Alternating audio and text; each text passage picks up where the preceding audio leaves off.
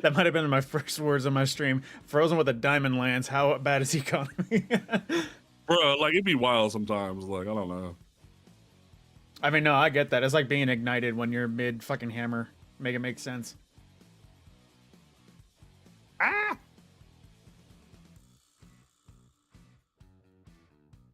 Okay, drop down the Discord. All right.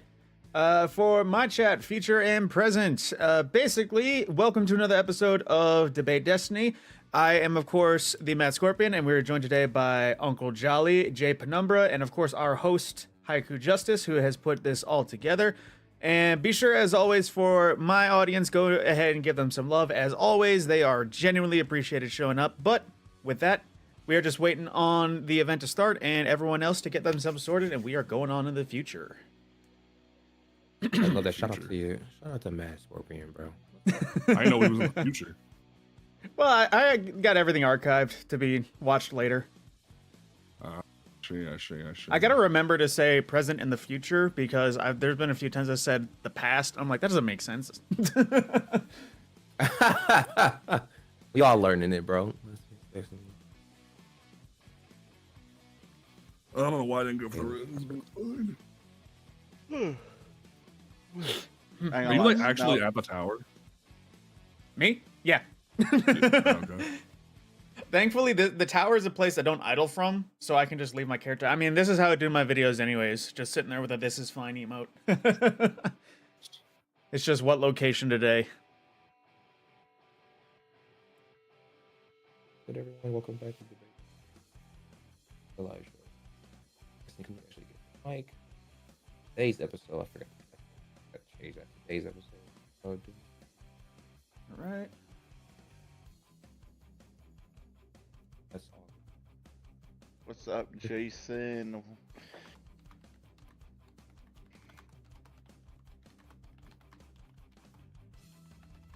Oh, by the way, I did finish my final solo flawless dungeon today. Nice. Final one's done. It's almost an empty feeling because I was like, what do I do now? See, What's that's that? why I kind of gave Babylon? up on crazy aspirations like that, because once you start low manning and you start doing crazy stuff, you feel like there's nothing left to strive for, and you just kind of feel hollow after a while. Yeah, well, and Jeez. everyone was telling me, go do low man. I'm like, I'm not really interested. I've done in one man. low man, and I don't know if it ruined everything, but it definitely wasn't as hard. I know it was Root of Nightmares, which you all know that's like easiest raid. Oh, no, I trioed Ron, and then I trioed Bog, and that taught me that, like... yeah, I three-manned shit... Root of Nightmares with a sweet business. Jason, you should know, I'm probably the most Destiny non-Destiny player there is. Most Because, I'm the dude that's done Destiny, everything, but at the same time, non-Destiny I streamer. think genuinely some stuff shouldn't be done. Yeah, no, the Yeah, average esoteric video. I'm like, bro, you're just making it harder for the rest of us, proving it's possible. Right. Dude, I didn't know about that guy until my friend Alyssa told me. I was like, wow, like he'd finished contest mode and then like right after he went back in and soloed it. Literally, bro. That tells me you have no life. I was like, brother. I was like, I mean, but it's not always like funny this. too. There was always that interest in the back of my brain. I think, is he cheating? I don't know. I never think he is, but at the same point, you go, is he cheating? What, to be doing that? Well, I just Well, just the man. astronomical amount of activities is like you need 3 people. Is like I'm gonna bring 1. Right. Just me. It's just crazy because last year, like, I wouldn't say around this time, but when like Pantheon, which wasn't last year, but whenever Pantheon was, I got kicked out of every raid team, I think. And then it took like Icebreaker being the reward for Vespers. That was the whole reason I even went until like wanting to do it, because I was under the impression once I solo flawlessed it, like I would be guaranteed Icebreaker for no reason. But I was like, oh, maybe that'll be it. Like, yeah, you I can found only out do that 40 if you finish it during contest. I don't think that was even under contest. 40. Yeah. No, that it did have a contest. But it doesn't matter. It took me like 47 or 52 runs to get Icebreaker finally, but that's where it started. Yeah, it took me 2. Yeah, on the alt account, it literally took me 2. Nah, See, I was and, like, and that's where you always were suspect, Jolly, because you have to have an alt account. well, I had an alt account because You know, the kind of people I was around, I didn't want to be around, and just to avoid conflict, I just thought it was better to be on an alt. And So just block some motherfuckers, Jolly. That's all you have. well, to do. that ends in confrontation. I'd rather talk to someone than just straight up block.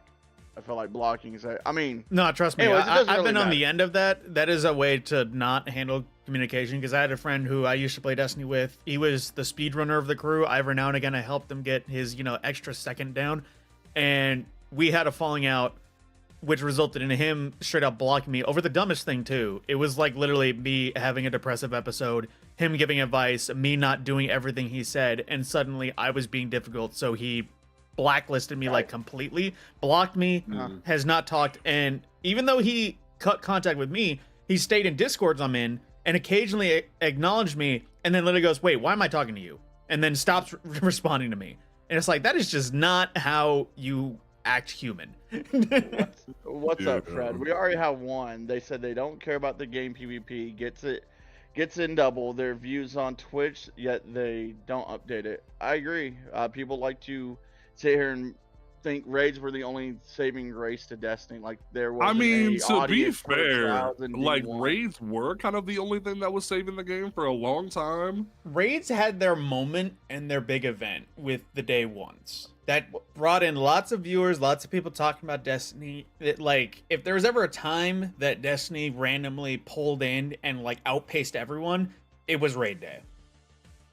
But yeah, I think it would be weird to think something like a 6-man Yes, Google, activity the at communist. that time that no other developer had. Like there was raids, I think, in like World of Warcraft, but there was never a raid in an FPS on console. Right, no, So, yeah, no, 'cause- like Destiny so- was the so first to one to be- ever do a raid in an FPS. Yeah, so to sit here under the assumption that Trials or PvP would ever take the place of something no game had at all, like that would be delusional. Like I would expect, but that doesn't make that Trials and PvP wasn't important. And the only reason people don't care about PvP now Will Pex, is what because weapons Bungie pulled farming the you talking focus about? off of it. It wouldn't take much to make it better, but it's okay. PvE is priority in Destiny. It needs to be. It is a PvE game first. But why does PvP have to suffer when it can still be as good? And I agree, Fred. This is why I always talk about my biggest issue is the lack of communication, or them not saying everything, right? Because they gave us a Ascendant Zero emblem, but at that time they didn't tell us that was supposed to take 2 months to get. I don't know where they thought that PvP players couldn't get that in one season, and now there's no update or anything. Like we just have to be thankful we even got an Ascendant Zero or Ascendant emblem at the start of the season, unlike Edge of Fate where we had to wait 3 months or 2 months before. It's because they getting it. probably made both emblems at the same time or commissioned the artist to make them both at the same time. Well, and this isn't, by the way, guys, this is just this is none of the debate yet. This is nothing to do, but I do appreciate you guys being here. Jason will be giving away emblems, so just pay attention in chat. If you want to follow me, I got my Twitch up there, my TikTok. If you guys like anything that I say, we will also be reading off mid debates and let you guys be involved as much as possible. So thank you guys again for coming. Absolutely. Anyone in my chat as well, if you have a question for myself or wish to participate in Uncle Jolly's giveaways, be sure to go check him out. I think PvP probably was the most focused by accident during Black Armory. Like during During Forsaken. what? During Forsaken. Early, Well, yeah, that- because early they year knew two. how was crazy where the people things were they most doing in- were. We had Gotta reload.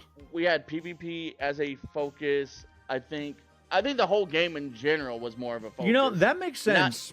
That makes sense a lot, just because thinking back to a lot of the Black Armory weapons, Blast Furnace, Aggressive Frame Pulse, Kindled Orchid, Adaptive Frame Hand Cannon, that was one of the first I remember that could get that Rampage Kill Clip roll on a hand cannon, and that was a goal for a lot of people at the time. People were running Forges specifically for that hand cannon. But see, here's the thing, and I can even tell you just from the knowledge that I have, is that PvP was never like a focal point. It was they realized how bad the sandbox was, where they had to actually give a fuck. Was like they had a schedule, they had things going on. to where they knew they were going to be doing stuff with PvE, but at the same time they saw how, like, I remember when I Mask was busted, when different things that like with like Ursa, well, not Ursa, but like the Sentinel shield was super busted. Like, they knew stuff was terrorizing the game, so they had to care. It's not that they didn't want to; it's that they had to for the health of the game. You're giving me flashbacks to early Forsaken when I got Ursa Furiosa in the first few days, and I terrorized my local Crucible community. I played D2 Red War, but literally went back to D1 for a long time. Love the game, only returned to Echo. And Echo, I think D1, I think the biggest issue, like, as far as, if you ask me, we went way too far and run one direction in D2. I think if we had something similar to D1, as far as just like, I think if you mix both, where you gave us mental and slide and, change the frames to what they are now and port it over to PC. Destiny 2 went too far into abilities, just went way far. I don't think it's bad to have abilities. I think that's a core part. I think that's the image of Destiny. I think it's a core. If you didn't have the abilities, it'd just be Call of Duty. But there's a difference in having abilities and abilities being the focus, being the priority before gunfights. And that's where they went too far in one direction. And Bungie, this is why I say communication. Bungie sat and told us, look, we're going to dial back on abilities. To then in the next breath, make abilities even stronger. Jelly, I'm going to buy you a camera mount for Christmas. With a 3.0 or whatever. So it's all right, guys. 10 seconds. I'm about to launch the show. Let's get it going. Yep. Get it going. Alrighty. Just cherry coke. No, it's nice. Like I said, caffeine. Okay. What is up? Shout out to everybody that has joined today. Go ahead and get all of these mics going and everything. It is a beautiful Sunday on January 25th, 2026. I am. Oh, God damn it. Your audio is just fine, and then you started cutting out. You fixed it, now it's ass again. What happened?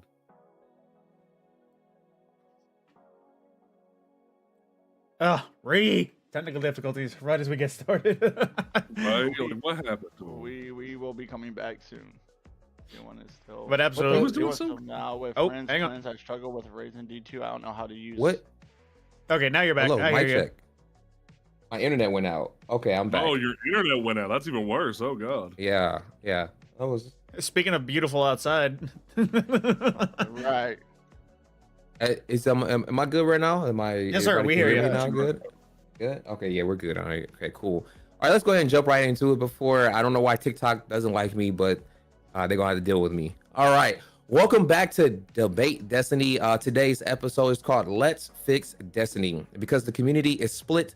Some people think Destiny is fun again. Some people think that we're not getting enough, and others think it is, well, needless to say, soulless. Meanwhile, Bungie is silent about Destiny's future, and Marathon launches in 2 days before, or actually, is it after? Yes, after the next update. March 5th. Let me finish the update. Let me finish. Yeah. Let me. 2 days after the next update. So let's go ahead and discuss this. This is what the community actually wants, and if Bungie is listening.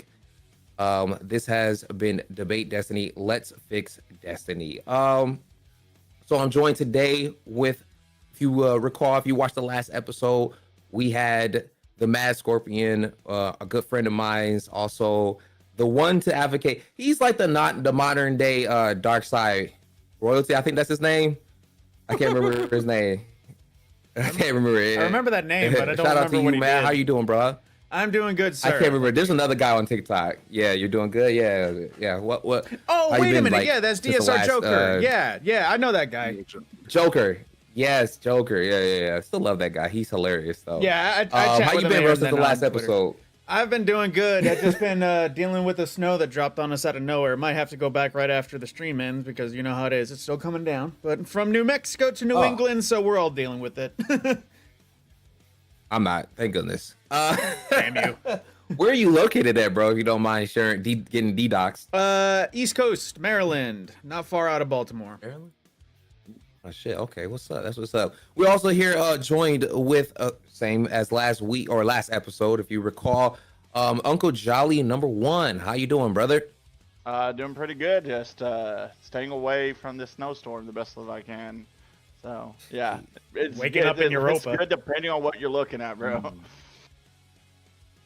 But yeah, other than that, good. Ready to get into this topic.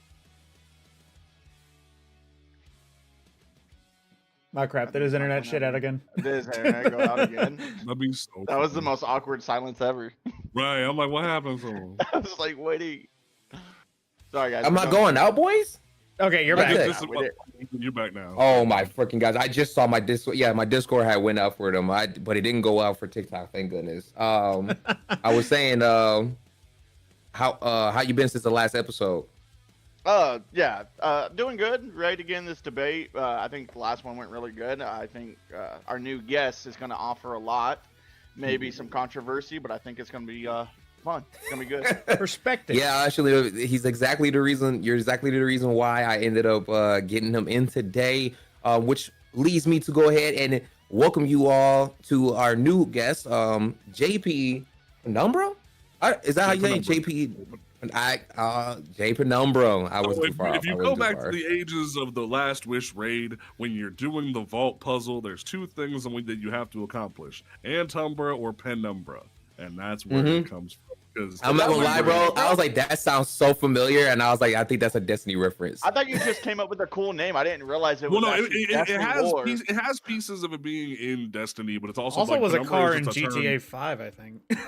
Yeah, but I should do that. But it not really is bad. just a term for when when during an eclipse when the light and the dark merge. And because I'm biracial, I just thought it was perfect, so it just worked out. Penumbra. That's a cool name. That makes it even cooler actually, because I didn't know. It's that got before. lore.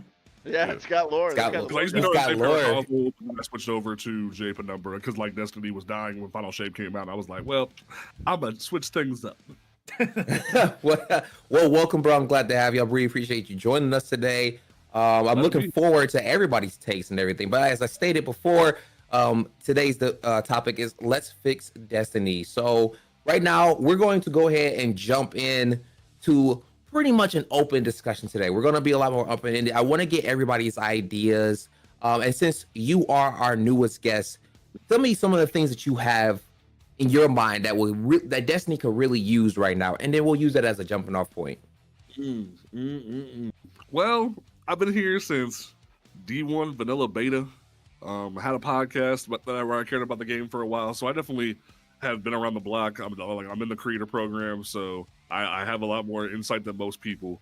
But when it comes to the current landscape of the game, I feel like folks like Datto and Glad kind of hit it on the head.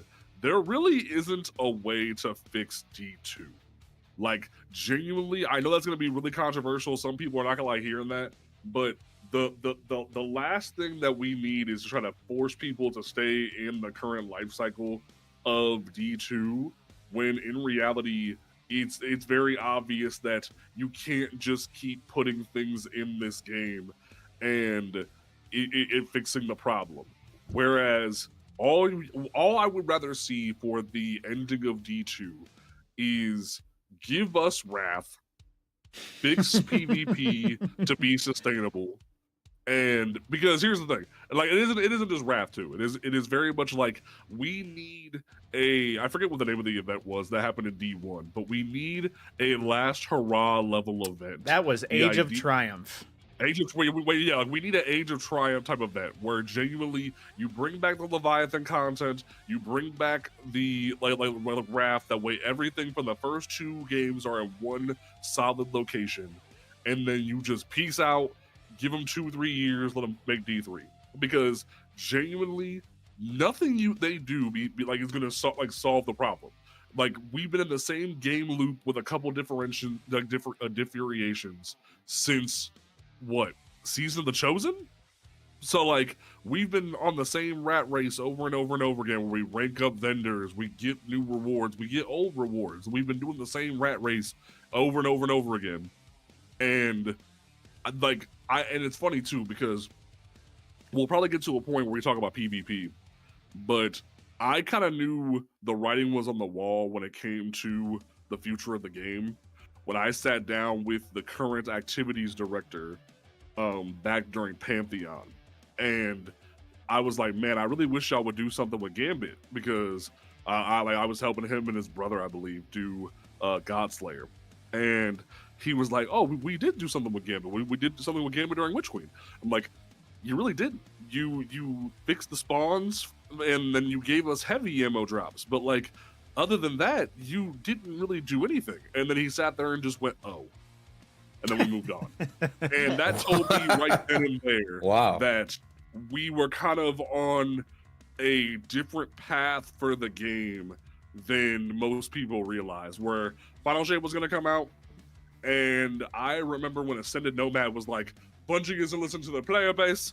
The game is dying. Why are they not listening? Why are these episodes so bad? And I'm like, bro, they told us these episodes were going to be like epilogues. They're going to be small little content drops that anybody could pick up at any time. You could come and go as you please. They told us what the writing was from jump, and people didn't listen. So they're all disappointed that, oh, like this one isn't that great, or Heresy wasn't that great, or oh, this one was really good. And it's like, you could have came and went whenever you wanted to, and Bungie understood that. So why are you upset? And it's just like, I've kind of known for a while that this game didn't really have long for this world back then, but I've still enjoyed the ride ever since, because as a wrestler once said, I have to finish the story. So I'm here until the curtain calls. I think we all are at this point, actually. I want to jump to you, Matt. What's your thoughts on his take? Because I feel like you have a similar. I feel like you agree in a similar format, right? Let's go ahead and jump to you. It's in a loose way, because I kind of have gotten to a point that I think that Bungie should have never taken Destiny 2 and made it the uber length of what we're on 8 years now. Because at this point, it's like he said, we had Age of Triumph to close out Destiny 1.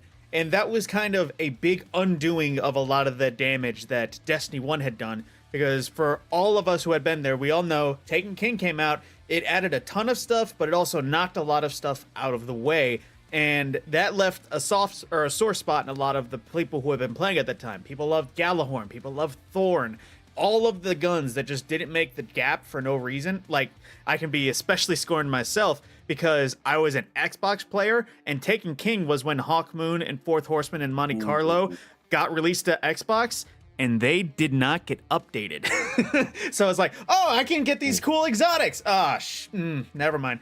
But Age of Triumph undid all that. They brought every activity that was no longer current back into current status, updated it, additional perks, challenge modes, hard modes if they didn't have it, which I think they all did.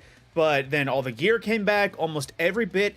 I still remember Pocket Infinity got left behind for some reason, but in the end of the day, I'm pretty sure Bungie actually had plans to continue with Destiny 1 with a Vex Void DLC or whatever. I know that was, I think, somewhere before Rise of Iron. Either way, I'm fairly certain Bungie had initial plans to carry on Destiny further, but instead, they went to Destiny 2, and it wasn't until we got to that point they said, hey, we're not going to do a Year 3 Age of Triumph in Destiny 2. Instead, we're going to take this all the way as we can, which I get why.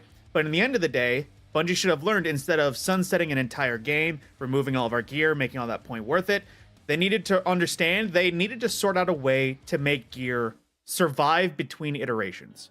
Because in the end of the day, like in the idea of is Destiny beyond saving, I know plenty of people, including my close friend Google, who has said, I asked him, if Bungie took a pass and unsunset every bit of content between Destiny 1, Destiny 2, free of charge, mind you, not included in an expansion, not a season, not a pack, would you still come back? And he said, probably not. And we've gotten to that point that I think Bungie has just made too many odd decisions that left too many scars on the people that had a decent moral. Because I talk about this all the time. We know how many scars sunsetting did to the game as a whole. I posted not too long ago a post that was like, this is the map we would have had if sunsetting never happened. And it was a glorious image of the director. Venus, the Dreadnought, the Plague Lands on Earth, the idea of just every bit of Destiny we've ever had all together at once, all available. But that is a dream, and unfortunately, in a lot of ways, many bad decisions or otherwise decisions that weren't exactly justifiable in terms of development left scars that potentially drove people who once upon a time really had love for this game to just not care about what happened to it. So I can think, for me, yes, I do think there are ways it can be saved for me, but the question is not about me. It's about everyone else who has a wallet. That's good. Yeah, that's very valid. I love that, actually. So what you got for me, brother? I know There's a lot to unpack between both of them, but I'm gonna summarize what I think JP and both Scorpion are saying. The game's on life support. Until we get a D3, all it is life support. And I actually agree with both JP and Scorpion on some takes. I think to what JP was saying, or even, Scorpion, if they came out with something like the Age of Triumph, and something that I mentioned in a video before, if they were to deliver us all our old content, our maybe fan favorite content, because reality is D2 was not supposed to be a live service game. It was built to have a 3-year cycle. They split from Activision. At some point after that split, they announced they were going live service. Due to legal reasons, I'm not even sure if we can even get Leviathan. I don't have the facts on that. But realistically, there's still other content. There's Scourge of the Past. There's Wrath of the Machine. I mean, you brought back all the old raids. Why is that one left out? And people seem to believe it's probably because they would have to bring back a whole enemy type. And so we went over this with last week, and with the whole retcon, like why couldn't they retcon? Because they retcon so many other things within the story. But to stay on point, I actually agree with both of them. I think if we got something to Age of Triumph level, and like I think a more realistic expectation would be if they brought all that back, because I found out, like I gave the example last week, and my friend Alyssa, you give her all the content, she'll grind it out all in a week, and there will be nothing left. Doesn't matter how much content you give a player. There are sweaties in this community that will grind it out all in that first week if they can. So I think a healthier way to buy time and to buy interest in Destiny still without losing it all, with taking time to develop D3, if that's even an item, would put everything on a rotational. Keep events like the Dawning, the Halloween event, but come out and make it clear, like, this is our last like big DLC. Whatever they want to do, however they communicate that, and it'd be a lot of our old content, mix it up with some new stuff with the tier system, maybe a few surprises, maybe a mystery, but that would be it. And then let them, like, everything is just running on autopilot, like rotational raids, Pantheon rotational, I mentioned that last week, rotate out certain things. And that's the most cost-effective way I can see them moving forward without losing a player base. If they just said, okay, we're not doing any new content, we'll see you in 4 years, right? I think you lose the whole fan base at that point. So my closing argument on that, I agree with them. Life support is currently what we're on. There's no better way. There's no sugarcoating that. We are on life support. But I will, not disagreeing for the sake of disagreement, but JP did say somewhere along the lines that, look, Bungie told y'all what it was going to be, and you guys chose to stay anyways, and that's on your fault. I agree, but like I said last time, Bungie has a very clever way of saying certain things, right? I think if you're going to charge the player base the same cost of what we got previous, then the standards need to stay the same. You don't charge your community the same price tag for less. That's dishonest, that's greedy, and that's not what you communicated. So that's fair. I'll definitely give you that. That definitely like is something that goes there. I will give you that. So that's my closing. I think they just raised some great points. As a matter of fact, what it does is it lays down a baseline for all of us, right? So now we understand, we all on the same page. Destiny is definitely on his lifeline and everything. I think that this is kind of a huge driving force for what I'll call the dichotomy of Marathon. And since Marathon, and Marathon is only the talking subject because it is a Bungie game, right? There's no special treatment here. The reality is, it is a Bungie game, therefore, we will speak about it, right? Resources are being absolutely diverted between both games. The 100%. dichotomy between, the dichotomy of marathon is, damn, why is this game existing when we want this game over here to live? But also, damn, there's no point in me even playing Destiny anymore because marathon is what I wanted as a PvP, PvE player, right? And so therefore, we look at Destiny as basically on the lifeline of itself, right? I wouldn't say it's the last life or the last line. It's not dying. It's dying, but it's not dead because we've already got confirmed that there's 300,000 players currently playing, right? Thank goodness we got that information. It's something that we needed for probably a decade now. But the idea of Destiny being on a lifeline is exactly what we need right now to fix the game. And that's what we're here to talk about today. Today we're trying to figure out what exactly is the driving force of the dichotomy of my marathon. It's coming, it's going, it's staying, it's leaving. This is what we have to figure out right now because we are all Destiny players. We're not marathon players. Even if we left the game, I have it and Unc has it, and he's got his takes, and Scorpion has his reasoning, right? Like this, we have a very balanced what is it called, council right now, if you think about it. But now that we understand that, so Destiny is on his lifeline right now. I think we need to start putting out some things that could probably start fixing it. You said you had something to say. Who's yeah, I wanted to touch on something because this is a misconception that I see people who in defending marathon are driving with. This, and I've recently seen it. The driving force that I've seen is that marathon is the game Destiny PvP players want it. That has got to be the most dishonest. Yeah, I've seen, because Destiny players don't want. I was explaining it to my friend Duck, which JP also knows. She's a fellow content creator. The Destiny PvP players probably want is something more familiar to Halo with some abilities. Agreed. Yeah. Because here's the thing. I'll touch on what he's saying there, because after being one of the first people to touch the alpha, y'all don't want marathon. Jolly is a perfect example of somebody who said marathon wasn't for them after being in there for 5 minutes. Y'all don't want marathon. Marathon is very much hunt showdown in space. It is very much, you are boots to the ground, you are like running and gunning, you're fighting enemies, but you're also fighting like PvE people. Like they had an idea in mind for what marathon was supposed to be, and then they got pushed back with things like, oh, where's proximity chat, or where's this, that, and the third. Like, oh, the public is wanting to make, like doesn't like the fact that like their loot would disappear so fast. And granted, Arc Raiders has come and gone a little bit and made sure that the concept of a more streamlined public extraction shooter is there.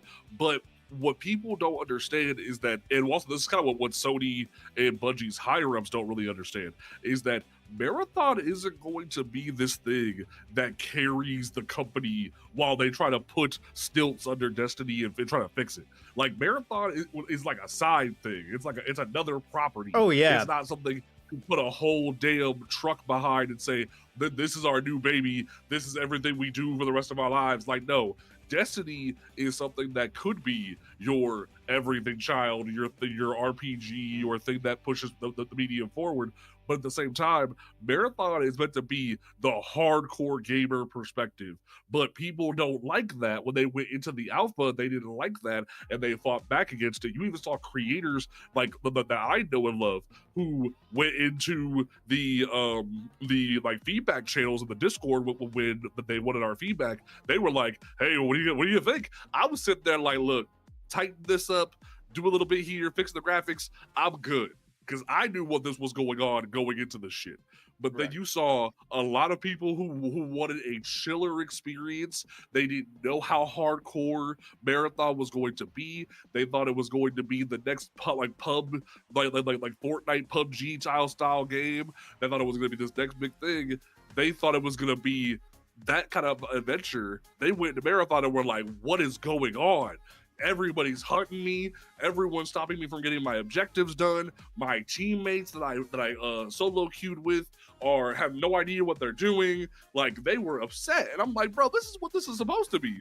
Y'all just don't like it. And it definitely created a vacuum to where the wrong people hopped on Marathon because Bungie and Sony didn't sell it correctly. Yeah, I totally agree with that. Actually, you were about to say something, Scorpion.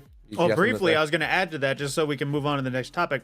Problem with Marathon 2, like you mentioned about it being the side chick, the not next flagship game. The problem is too, if it's not the front runner, it's a bit of a money pit right now. Because even before Arc Raiders came in and was such a just revolution in terms of like that idea of an extraction shooter, battle royale-esque, as I've called it, because I think we can all agree, extraction shooters run along the same vein as battle royales. It's because it described extraction shooters being like 4 teams of 4, all hopping into one map, trying to complete their own objectives or an individual objectives. Meanwhile, battle royale is just 10 teams of 4 trying to stay alive. In the end of the day, they can kind of, they blend in together. They bleed together in the same area.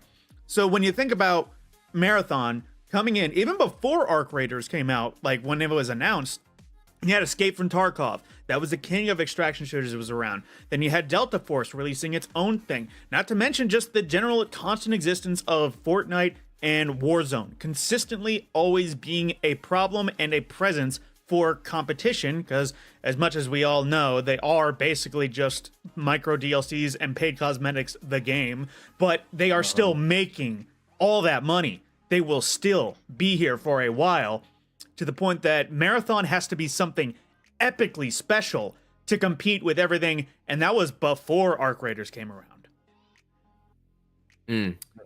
So I think okay, so I think that the best thing that we could possibly do right now, because I see there's a good subject in there. Let's avoid the Marathon for now, actually, because we could talk about that. Like, yeah, we can pull all of us. I feel like all of us can pull tangents and side quests out of every topic. Absolutely. Let me ask you guys this. If there's something, let's do this. One thing you could add into Destiny right now, currently, to start CPR training on it. I mean, a CPR on it, right? Optimal resuscitation. One thing that you could add. Who wants to go first? Let's go with JP first. JP, let's go with JP. So I made a video right before. What was the expansion before? Freaking Renegades. I can't think of the damn name. Edge of Fate. Edge of Fate. Yeah, right before Edge of Fate came out. I made a video about a month before where, because it was in response to DMG taking Mactus's point about the tier system and even dropping it during the live stream, because Mac just put out a video where he was like, yo, if I have a like enhanced time lost Hazen Vengeance with God roll triple perks enhanced, all that in the third, a tier 5 crappy rolled weapon is not going to matter compared to that. And DMG took that statement and ran with it during a live stream, and it was such a spit in the face to so many of us that I made a video talking about it, where I tried to warn everybody. I was the dude in the Netflix skit of Bodegas and Dragons trying to warn everybody that this was going to be a bad thing, and no one wanted to listen to me, where I said, yo, they are about to take away every weapon you care about from every raid. They're going to get rid of every armor and make it irrelevant in these raids, and you're not paying attention. And everyone was like was telling me that I was wrong. Everyone was commenting on my cuts of it on TikTok that I was wrong, that I need to listen to Mactix, listen to DMG, and this, that, and the third. And then look what happened. We booted up Edge of Fate on day one, and all the raids they had just redone to have crafted weapons. They had just made Vogue craftable, not even an episode prior. All those weapons were irrelevant because of things like the modifier where it's avant-garde, where you can't use old stuff, where all the tiers and the armor stats matter in the new system. And everyone was sitting there like, what's going on? And I tried to be the dude trying to tell people. I told you so. I straight up played the gif of the dude from whatchamacallit. And I was like, I tried to tell y'all. I sent y'all 635 emails. Like y'all didn't want to listen. And now we're in the situation where everyone's like, oh, I want to play Vogue. Oh, I want to play King's Fall, this, and the third. And they can't get good drops from it. And I tried to tell people, why didn't Bungie try to do what they did with Into the Light and backdoor all the Vogue weapons to where they would translate over to the new system?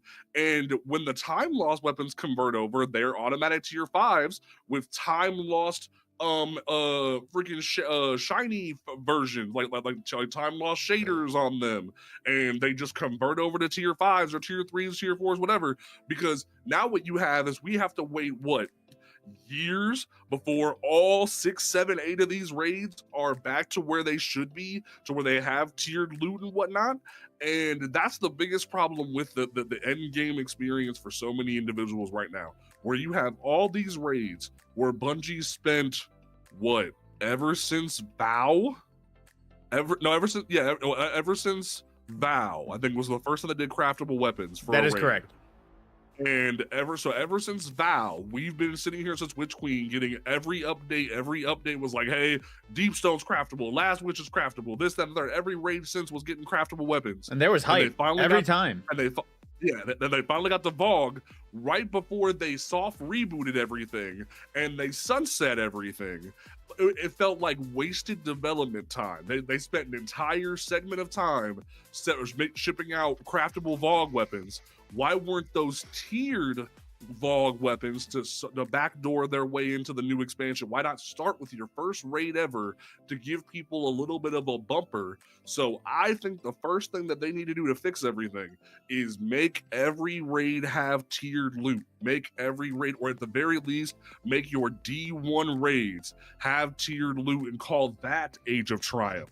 Like Crota already has the Age of Triumph armor. Make King's Fall have the Age of Triumph armor. Make like a Vogue had the Age of Triumph armor. Because they brought back the Time Lost and the Herald weapons when from Age of Triumph when they did the Adept versions. Now bring in the Herald and the Time Lost armor. Give people a reason to go back and give them a chance, because right now the end game PvE experience is playing DP and playing the new dungeons, and that's it. And people are exhausted, people are tired, they have no reason to do anything. So the first thing they need to do to address anything is fix the tiered loot experience for the old content. Because why the hell would I go back and grind a Time Lost Haze and Vengeance when there's new weapons in DP that are kicking ass? When there's new weapons in the Star Wars dungeon that are kicking ass? They've effectively made years of content that they've spent years fixing, and now they have to reissue it because they didn't think for 2 minutes to fix it in the first place. I like it. So we got one, make tier raid loot. I will definitely be adding that to the chat, actually, because And JP, to back you up there, man, I made a very similar video about that and the lack of retroactive additions and taking your gear and updating to the new one. And I straight up said, Bungie is passive aggressively sunsetting your gear. Because sure, it will still be usable, but before too long, you realize it is not up to power. And I've called it many times. Functionally inferior is everything that isn't from the portal. Lacking tiers, extra perks, all of the extra stuff. Functionally, they're inferior. They're effective in their own right, but they don't compare. Yeah. Scorpion, 1 second. Yes, Infinite Shade TV says the weapons from Vogue are only effective because of the origin traits. That's a valid point too, actually. Very valid. Very much. Actually. I have been using my Firefly Wellspring Vision of Confluence ever since the first one. It still has no origin trait, and that is one of my best and most used scout rifles. That is heresy. Okay, Jolly, if let's give me one thing that we could add right now into Destiny to do some CPR on it. Well, I just wanted to say I did actually watch JP's video and I ignored it. I did promote it, but I was the victim. And the last thing I want to touch on, I would like to say I just spent 4 days grinding for an adept or a master, whatever, thing of your, and that thing still smacks, okay? But to what they were saying, yeah, like in PvP, that's it. My counter argument to anything that they said is sometimes it's more of an attachment to that gun and gun model and not so much if there's a better one. But that's my debate on that, because Iggy is outplayed by way other 120s. Like, it's not even enhanceable, but I promise I will put in work with that Iggy or that. There's a world drop weapon right now that is doing more work than Iggy right now. This is where the argument. Some Destiny players are attached to the weapon and not just because it's tiered. So I don't like. I guess is the counter argument in my next step, because just updating everything to the tier system doesn't even do CPR. It gives it's like putting a band-aid, because we have a bunch of tier weapons. We got a bunch of tiers weapons. Majority of the player base is already 550, considering they didn't make us regrind power like going to Renegade. So everyone's just getting free loot everywhere. Everyone's got the tier 5s, and like it's pretty hard not to get the role you want, right? Like it will add a little bit of a grind to go back. But once people get the loot they want, they're not doing it anymore. That's kind of the problem. People aren't doing the content for the content. They're just doing it for the loot attached to the content, which I know is like, that is a looter shooter. That is that's the whole point. But I don't think updating. I think bigger than that. I think adding incentive to these playlists. Like, add in-game incentive. Give people a reason they want outside of the weapons to play the activity, grind it, because that was like why I disagree about the frontier thing. Sure, is it cool? Yeah, but most of the players, once they got their loot, you think they're still playing it? Probably not. You think once they get all their lightsaber colors, are they still playing it? Probably not, because it's not that hard to get the loot you want when you're already tier 5. You get, what is it? You get on tier 5, you get 3 like perks that you can choose from. 3 main perk columns, and I think everything front to back is enhanced. Yeah, I think that's what tier 5 does. So do the number in your head. How many times do you think you really have to grind that one activity to get the loot you want? So is loot enough to make players come back, or do you need to make grind that's enjoyable in the loot is there? Because just fixing tier systems isn't enough. Going to trials, the only thing I'm gonna get are good tier loots, but I already have all the roles I want, so why would I keep playing it?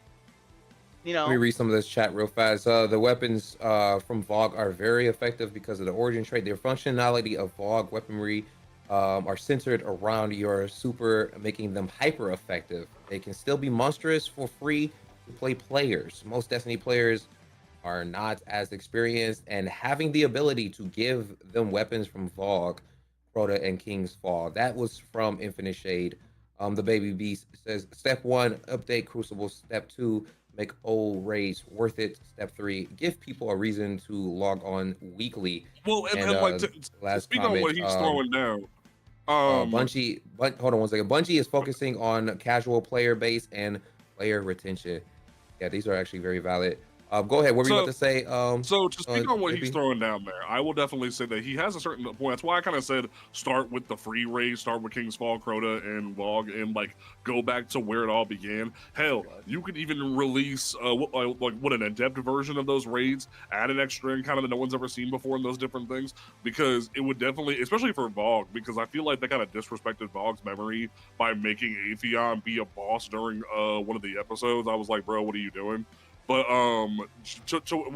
what he's saying though is that like you would make the the free to play raids worth it. But here's the thing, and this is gonna spiral into something that like no one wants to admit. Bungie doesn't give a fuck about PvP.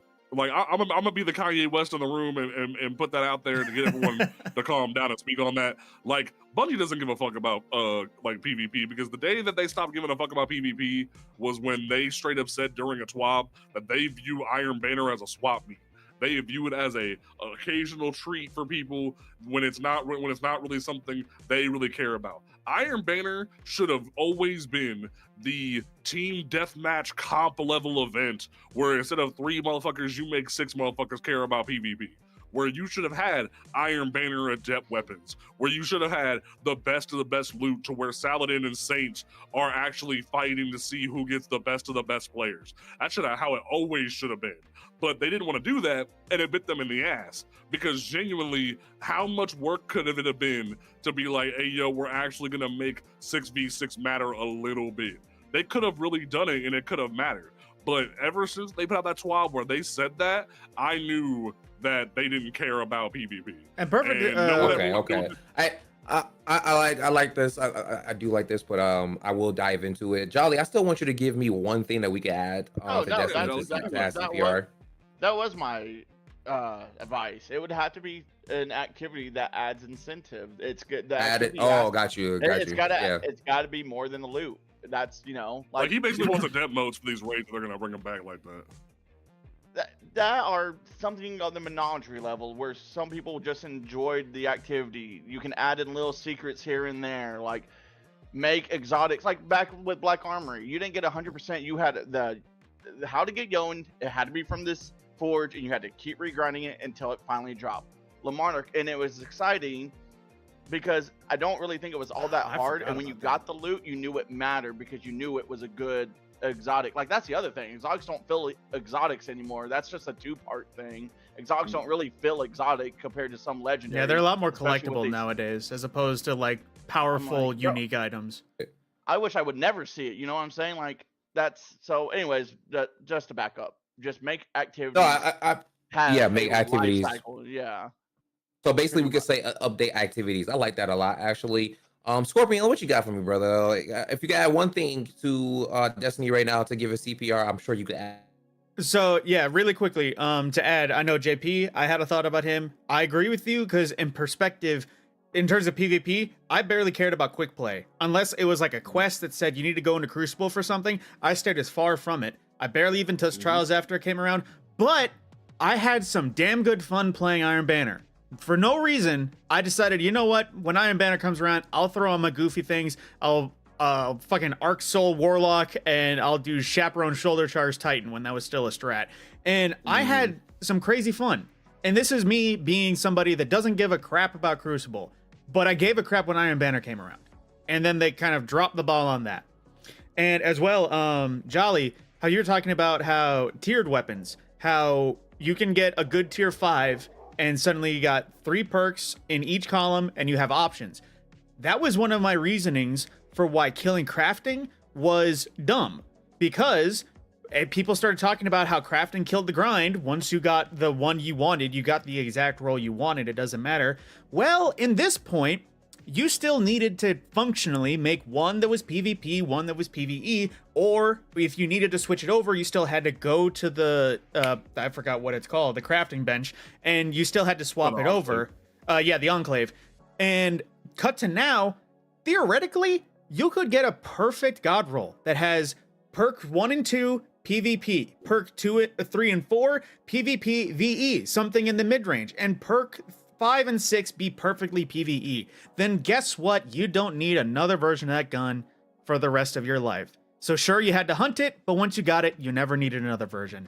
So in the end of the day, tiering is basically just crafting with extra steps and kind of canceled each other out. The thing that would have fixed tiering, I know we're not on to the next, is, and people are going to disagree, this is a hot lock tier 5 behind certain activities. Trials. The only way to get a Trials weapon tier 5, you had to go 7. No, 5 to 6. No, 5 to 6. Go 7, because they ruined the incentive there. Trials used to. I'm not saying Trials PvP in this game will never be taken serious because there's too many things that can one-shot you. There's too many gimmicks. It's a part of Destiny's identity. That's also what makes it really fun, right? But you can get the glows. You can get tier 4 weapons. You can get 5 and 6 glow if you want it. But tier 5 should have been locked, and it shouldn't be called, like, it should have its own Trials theme. If you want a tier 5 PvE weapon, get Grandmaster. Because the Grandmasters don't even drop like what it was before. Because, like, can't you get Grandmasters? Like, the loot that they put in Grandmasters is just, like, you can get a chance to gain that gun from a different portal activity, even if it's not a Grandmaster. Correct me if I'm wrong, but can you get that? It's very rare. Like there's a couple of ways you can do it, but other than that, but I do agree with you though, because and there was a time, it's funny because like me and Jolly like first started at like meeting and talking about things more because he was saying there was no like challenge or reward anymore in Trials, but back then he was wrong. Now he's right because we're at a point where the Edge of Fate expansion started, where you could go into Trials, get all the way to tier like 7 wins, flawless, everything, get no good loot. Then it became, okay, everyone spent the time and grinded and got to rank 9 and 550 power and whatnot. Now, you take a L in a match and you get a tier 5 weapon. And Not it's to like, interrupt that's him, but absurd. that's- That you had the forest extreme on the one side, where your skill didn't even matter for your reward, and now it's just a matter of where your skill doesn't matter in the opposite direction, where it's like you should have always had it to be where you have to go to the lighthouse to get the best stuff, but at the same time, the path to the lighthouse doesn't have to be the most toughest thing in the fucking world, because if you make it to the lighthouse off of 4 wins, 5 wins, whatever, that doesn't mean you get the best roll. That doesn't mean you get a guaranteed threes, like perfect combination. But there should have always been a way for you as the best of the best of the best, sir, like Men in Black, to get to the lighthouse, get to the best loot, or the same thing with Grandmasters, or even the Adept raids. I think it's absurd that you could do some of the hardest raid content, some of the hardest dungeon content in the game, but then unless you do all these feats, you don't get a tier 5 roll. But then they're like, hey, let me slide in here real fast because we still got to get Scorpion's what his number 1 is for CPR. Let me read some of these chats. Also, Jolly, please feel free to read your chats in for people because they feel it. I got one think to add to Destiny right now is an Age of Triumph. That's so funny because we were talking about Age of Triumph event, Pantheon event, or hear me out. Oh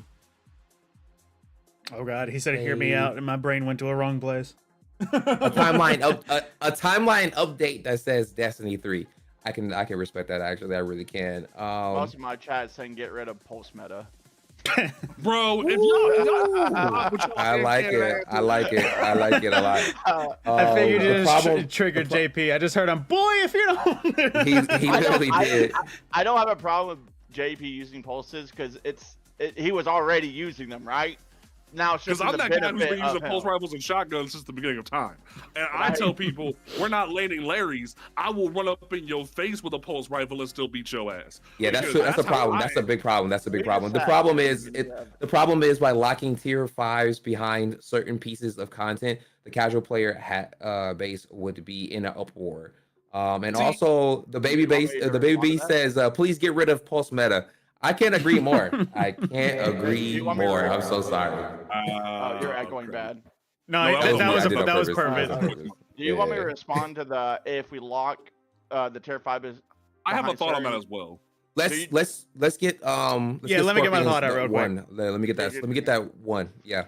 So what would you add, brother? It's something that a lot of people are probably going to groan at because I am probably one of the #1 advocates for unsunsetting everything that has been sunset. Now, Bungie did a weird thing in the official announcement when the DCV was going live initially, and they did specify that Destiny 1 content was a part of the Destiny content vault, although hindsight, I'm fairly certain that's like specific contract fine print where they said, well, guess what? Now when we take something from like the King's Fall, the Vogs, and all that, when we reprise something into Destiny 1 into Destiny 2, that's us actually unsunsetting everything, so we can't say we've never unsunset something, which is, I'm pretty sure, what they did, because in reality, nothing has been unsunset. Sure, guns have come back. Now we've gotten a few seasonal activities in the portal, but in perspective, every strike that has been sunset still gone. Every raid, every Crucible map, I think rarely they have returned, and same thing with the Gambit maps. Rarely have they returned if they were ever removed, which never made sense functionally, because if the planet, air quotes, was gone, why is the Crucible map on that planet still there? But I digress. They put a backdoor for that when especially with trials when they sent it to the witness said, by the way, if you Guardians want to kill each other in my pocket dimension, go ahead and show up. But how it still works. They say it's a simulation. In a whole, I genuinely think that the problem in today is that everything, or a large portion of the hefty content, I'll just refer to as that, the good stuff, it's been sunset and it has not been returned. And multiple times we heard from Bungie, especially during that the lawsuit from that writer that said Red War was his works and all that, when they said that Red War can't return because the coding is too beyond use. Well, I hate to say it, Bungie, but you've kind of dug yourself into so deep of a hole in a lack of trust, a lack of overall just community trust that if you really want to build back trust, I know this is the armchair CEO stuff. Stop worrying about the extra cost. Stop worrying about the extra work. Stop worrying about the extra hours or how difficult it's going to be. Because if you want to bring back the community that has disappeared off the face of the earth, you need to do something more for more reasons than just making more money. Because sure, Red War or all those other campaigns, all those other raids might be out of code, might be a hell of a lot of work to bring back, but if you actually pull that effort, it shows that you're genuinely trying to earn back trust. And in the same aspect, I know we've talked about Wrath returning a lot. I actually broke down how much effort would genuinely be required, and it's actually not that much, because with everything, like obviously Siva Fallen, if we brought back Fallen in general, it wouldn't be right, but functionally, it's the location, and then it's Siva Fallen, and we've already mentioned in the past, ages ago, they mentioned if Wrath ever returned, that they would have to make a new exotic, because Outbreak is already in the game, full state. So they would have to make a new exotic. So functionally, in terms of reprising Wrath, it is just Siva Fallen, the raid itself, and an exotic, which, considering every other raid reprisal was the raid itself and all of its weapons already, it's not that much extra compared to every other raid reprisals. So, in reality, Can I? just to wrap up, because I'm about done. No, you're good. That is my CPR. Is Bungie needs to stop worrying about the quota and the net earnings for the quarter, and say we need to return all the stuff that we pulled from the game that people paid for and essentially have paid for nothing now. Because in the end, like I mentioned in that video that I said was covered, when I went through that breakdown of how much was stolen, we bought D2 and it went free to play. So sure, we funded the game, but we functionally paid for nothing. And then every DLC that has showed up for a limited time and gone, that is wasted money. Sure, we got the memories, but we can't do much with it now. So I definitely can get behind that for sure. I'm going to read some of this chat real fast because we got a little debate going on in the chat actually. It says one of the easiest ways that could help PvP is if they unset all the old maps. I can agree with that for sure. To help PvE, Wrath of Machine, I love that as well. And then we have another hot raid take soundtrack from Infinite. What was that? Based raid soundtrack. I use Wrath music all the time in my background music. Right, of course. Yeah. Hey, I can get behind that. This is a hot take, but PvP can't be fixed because they remove authentic skill from matches. I mean, he's right, because it kind of goes back to what I said about like Bungie putting in the TWAB that they view Iron Banner as a swap meet. But that, like, I can pull up the TWAB where they said that, where they straight up were trying to explain how they felt or how they viewed each of the PvP modes. And it's like they authentically kind of screwed themselves when they started to say things like, "Oh, we're not going to leave elimination in as an actual game mode. We're not going to leave certain things in as a game mode and actually make them competitive." Because now we're living in an environment where there's no actual elimination mode where you can filter the casual player base to get rewards in a 3v3 environment to train them for comp, to train them for trials. You've effectively removed that from the game for party modes. But on top of that, you devalued one of the oldest things in your lore, which was Iron Banner, which is supposed to be the craziest thing of that nature. And they said, nah, it's a party mode where Keitel and Saladin make up fun games for the populace. And it's like, that's not good, guys. And it aside from not even attacking, because let's be honest, there are so many things that Bungie is doing that we have valid concerns and everything. We have also reduced ability spam, increased skill gap with weapons, and then somebody replied, do that, and casuals would leave, unfortunately, an Outbreak SMH. Exactly. The problem is Bungie is trying to bolster their numbers, and veterans are still very small. We have a reply back. They already did that. The people who play Destiny is the people that have hours. That's hundreds of hours, actually. I spend a lot of time amongst the Cosmodrome and new players, and the problem is new players want to feel powerful, and they're catering to that mindset. Let me go ahead and chime in on one of my offerings as well. Actually, I think that everybody's made a valid offering. Make the tier rate loot update activities, unset everything. And I think a very simple thing that we might be overlooking is Bungie has a very huge problem of catering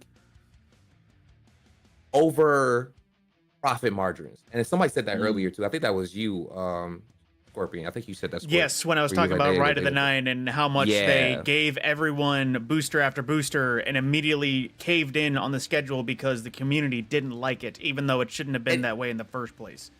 And the thing about that is that like the real root of that problem right there is that Bungie needs to start looking at what's good for the game and less for the profit. Not because I think let me say this. Business is very, very important for the gaming industry. We have to accept that as a community. We have to accept that the only way we're going to keep getting good games is if business is good. That's why we have to look at people like Arc Raiders, Helldivers. They kind of understand, like, I mean, even though Helldivers is going through their own problems. Let me slow down before somebody clips that. But they do understand something, is that you make more money when you understand the game. If there's a problem with the new lights, you just need to go ahead and split the game in half. And I don't mean literally. I'm talking about in the back of it, in the back of the game. For sure. You need to split the game and be like, hey, listen, here you can go to a tower that specifically has specific things for new lights. Once you start hitting that level, you should be able to select yourself to go, for lack of a better term, which is going to be a good talking point later on, Jolly, the elitist servers, where a lot of the things that were already set up for new light are not in the elitist servers. The elitist servers are only going to have LFGs for the harder stuff because you signed up to it. The problem is that we do not have a way to cater everything, and they are not paying attention to that because, well, we got to make these people happy over here. Oh, but we're mad about it over here. Fuck that. We need to split the player base as much as possible so that way each half is making a tremendous amount of money. So my offer is we need to have split servers that are open chat to newer veterans, newer players, and a split chat for older veterans. And that way, veterans can choose to go into the older sections.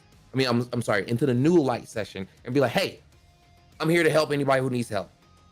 You want to get yourself, I'm here. They can go and read posts like, hey, I've done this, I've done everything. Here's a list of everything. If we don't get quality of life changes like that, we'll never be able to move the future of Destiny forward.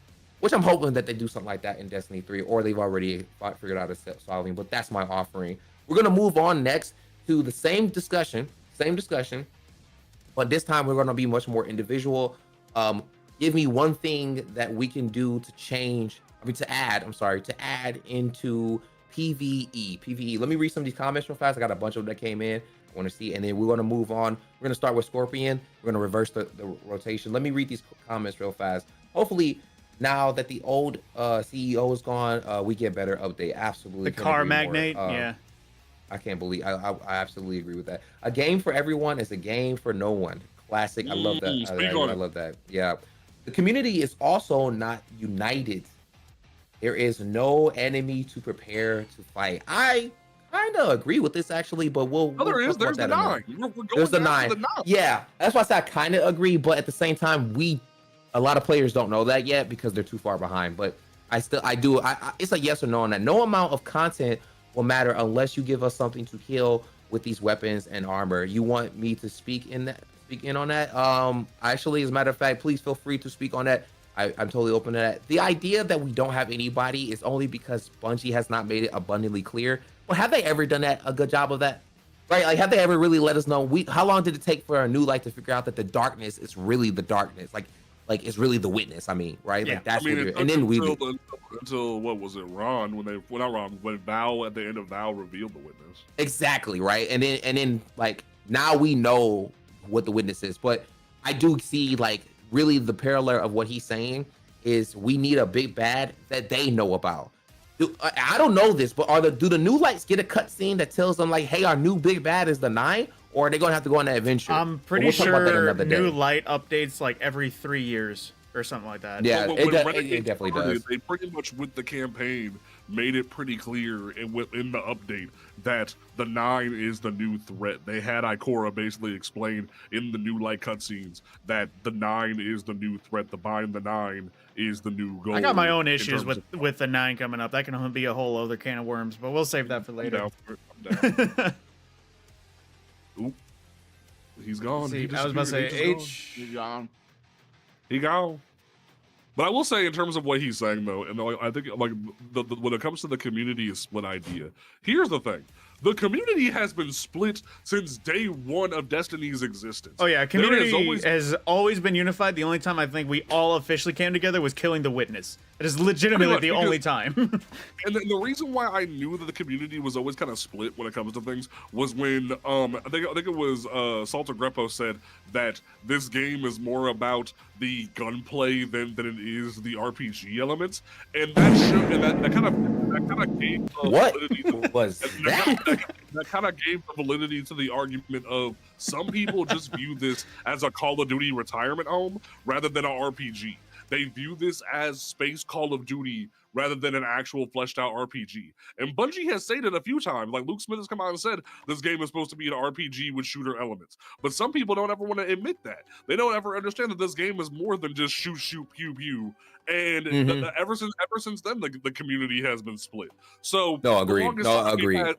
We've had split issues when it comes to the definition of what this game is supposed to be, and we never can get on that level until Bungie actually tells people to shut the fuck up and actually understand what this game is supposed to be. That's why you have your elitist casual players and you have your elitist hardcore players, because there are going to be actual casual players that want to come in, get their couple strikes done, and go to bed.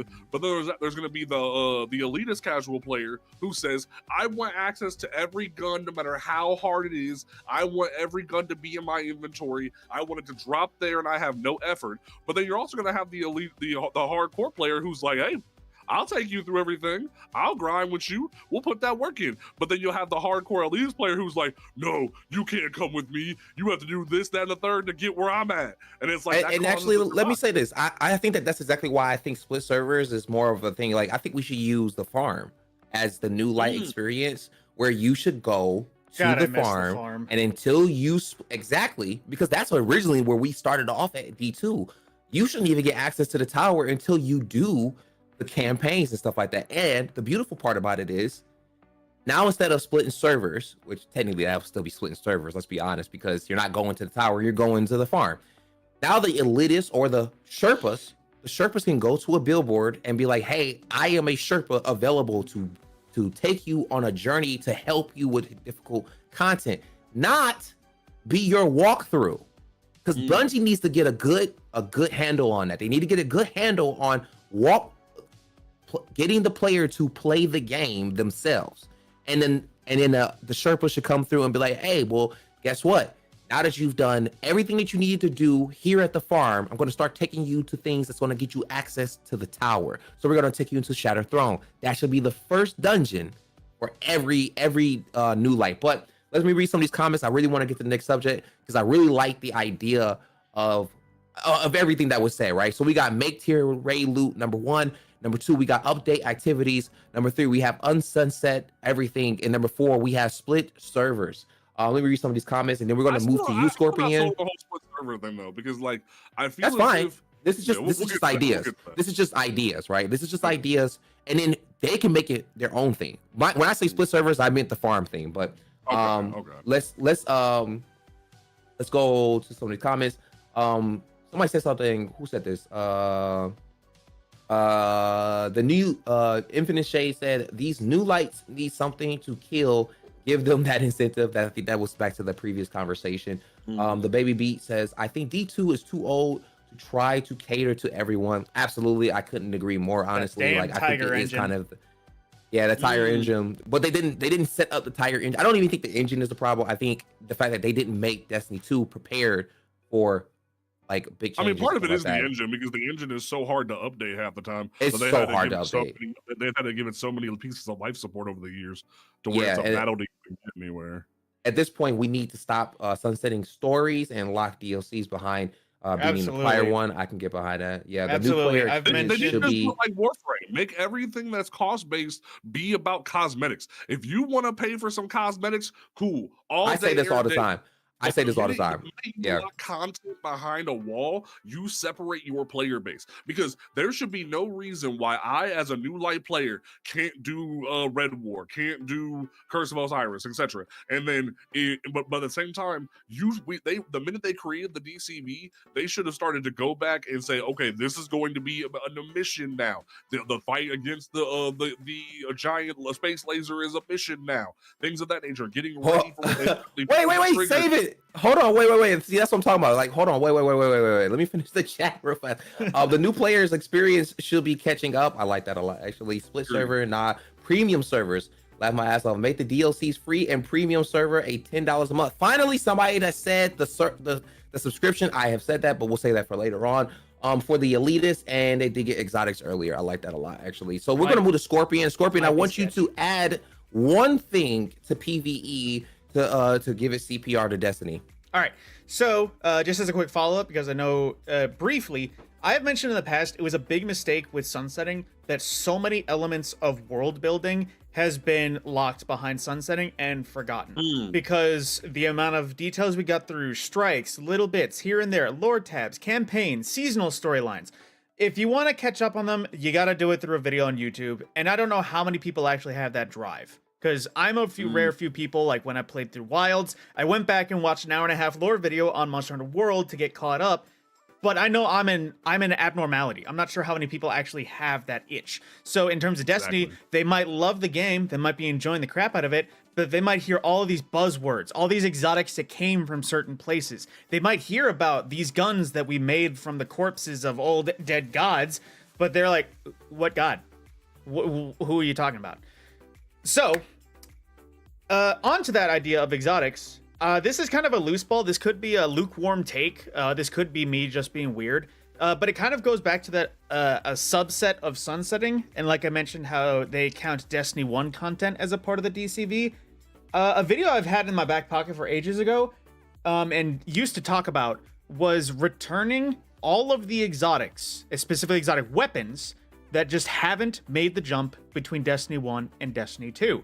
Because I'm going to be honest here, I know the exotic game nowadays, I'm sure all of you have noticed, when it comes to a new exotic perk, it is a paragraph of details about alternate forms, about charges, about buffs. Flashback to Destiny 1, when it was like, oh yeah, your rounds pierce enemies. Oh yeah, now you do damage over time. And all of that sort of things. I don't know if we need more simple exotics per se, but for sure, I think Bungie needs to take a crack at returning a lot of the exotics that haven't made the gap. Perfect example, I made a whole video covering this.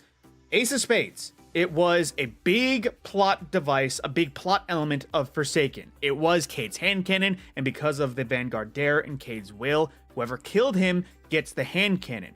And it made sense. Also, by the way, we didn't kill Aldrin. I can go into that in that conspiracy theory. It was Petra, but you know, digress. Aldrin died again, and then we took possession of Ace, and then we had Ace, and that's how we got it in D2. Makes sense, but of course, we all know in Destiny 1, it was Hunter exclusive hand cannon.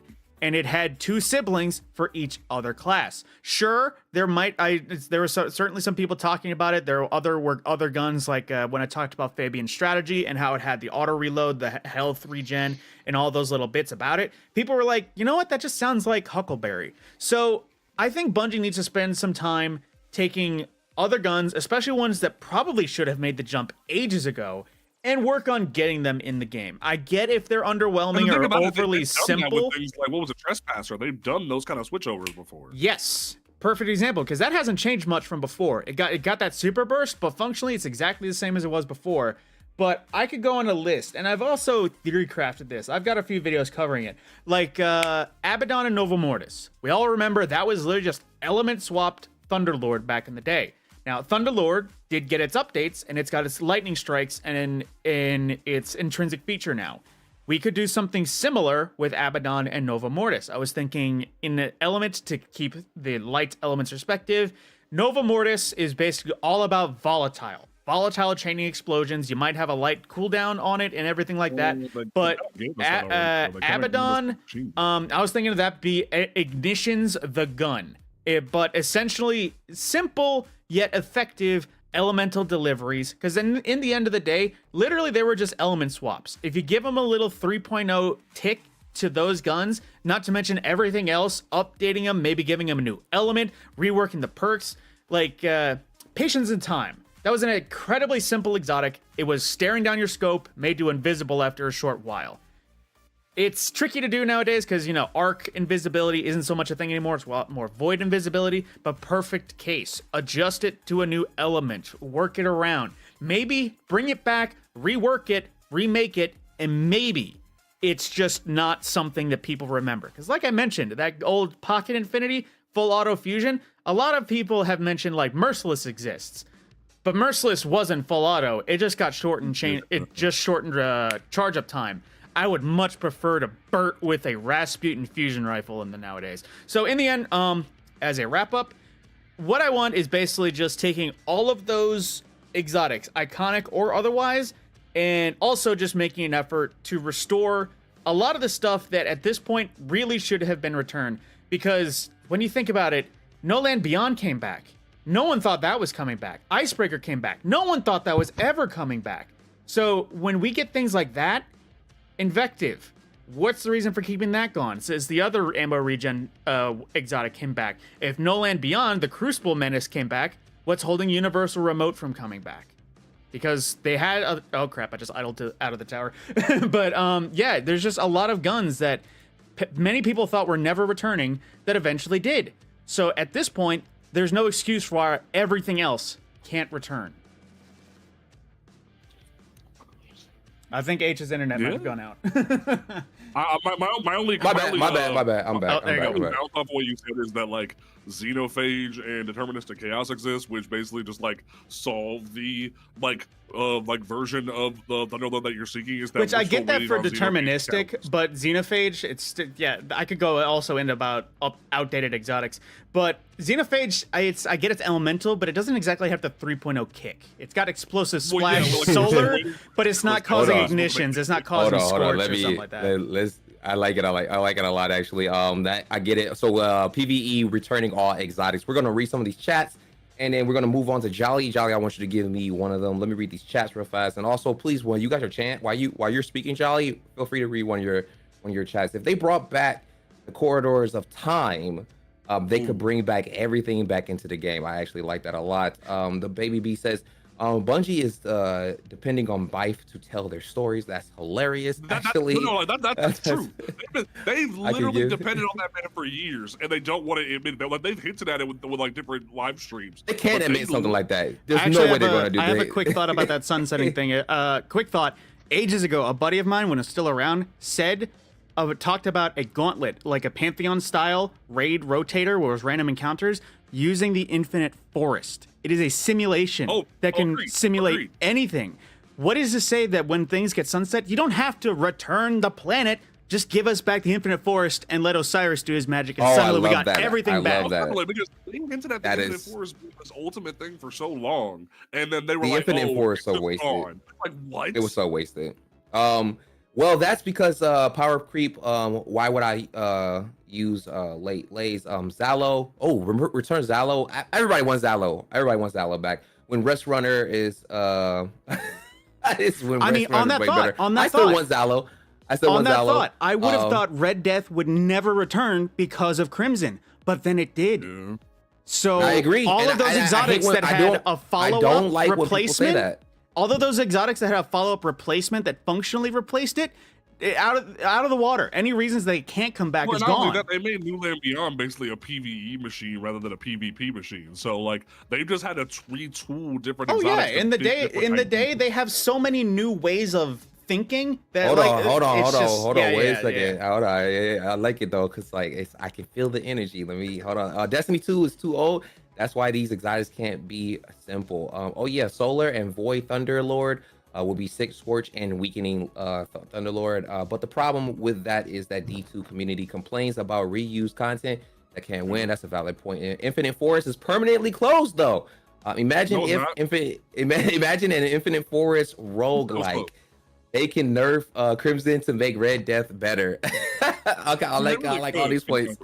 Well, let's actually I'm gonna remember all these takes actually because we can Brother definitely Vance address this. shows back Jolly, up in the tower one day and it's Right, like, what by the fuck is way, Brother Vance been? Like, 'cause he they said he Mercury supposedly is walked into supposed the to be Infinite for a while Forest. He now. supposedly They went to the said- Infinite Forest when Beyond Light came around, and then Mercury went bye-bye. So if it could have been like an Asher Mirror where he just became a harpy or is in the Vex Network. We have no Right. idea. But Brother Vance just but walked the into same the forest stop, and stop, nothing else. stop. Jolly, go ahead, brother. Go ahead. Give me one. Give me one and read your chat if you got anything, brother. What you got to return to to fix to CPR PVE? Give me one thing that you would bring into it. Just to touch on what they were saying, DMC 503 said D1 exotics are DLC sellers, nostalgia bait. They won't bring them just to give us content, and I would agree with that. My second take on, I would say, kind of the D1 model when it came to certain weapons that they used to, like, depending on the strike, you would get, like the weapon would match the lore Specific of the loot. strike. Yeah, specific loot, bring it back, pour it over. God, when's the last time we got a new strike? How is mandatory one strike per? To be fair, they redid like every activity in the game when Edge of Fate came out, so they could easily. The last official strike was Sunless Cell remade, but the last original strike was Liminality with Final Shape. Right. On that, there's two different kinds of remakes. There's remake Hunjury, and we had 10 of them. There's good remake, bad remake. Good remake is there's still a bunch of D1 weapons to pull from that where you have to pick fan favorites and bring them over. And that will be good reused old content. Bad reused old content is we now have the third Immortal. And then they give us a fourth. That would be bad. To be fair, it's only the third Immortal because they had the Immortal in the loot pool, and then it got ported over with one of the updates. So like because they just rebooted a bunch of like the Machine Gun Immortal and a couple others with an update, and they got new like loot pools. It wasn't like they were brand new. It was just they got ported over with an update to a new season, so they just got a little bit of redo. So if anything, this is more so the second Immortal when you really think about it. It's even then, I think more people would prefer the Messenger, even in this economy of pulse rifles, or Iggy perhaps. Like those are examples of good reuse. But if on the PvE aspect of it, I would say bring back like lore to match loot getting from, and make it. People probably hate this. Make it a small drop chance. That way, when you do get it, you're having that. Holy shit, I just got, X, Y, and Z, and make it good. If they brought back the skeleton key chest like they had in Destiny 1, where you could burn the key and get any strike-specific loot, that would probably go a lot better nowadays.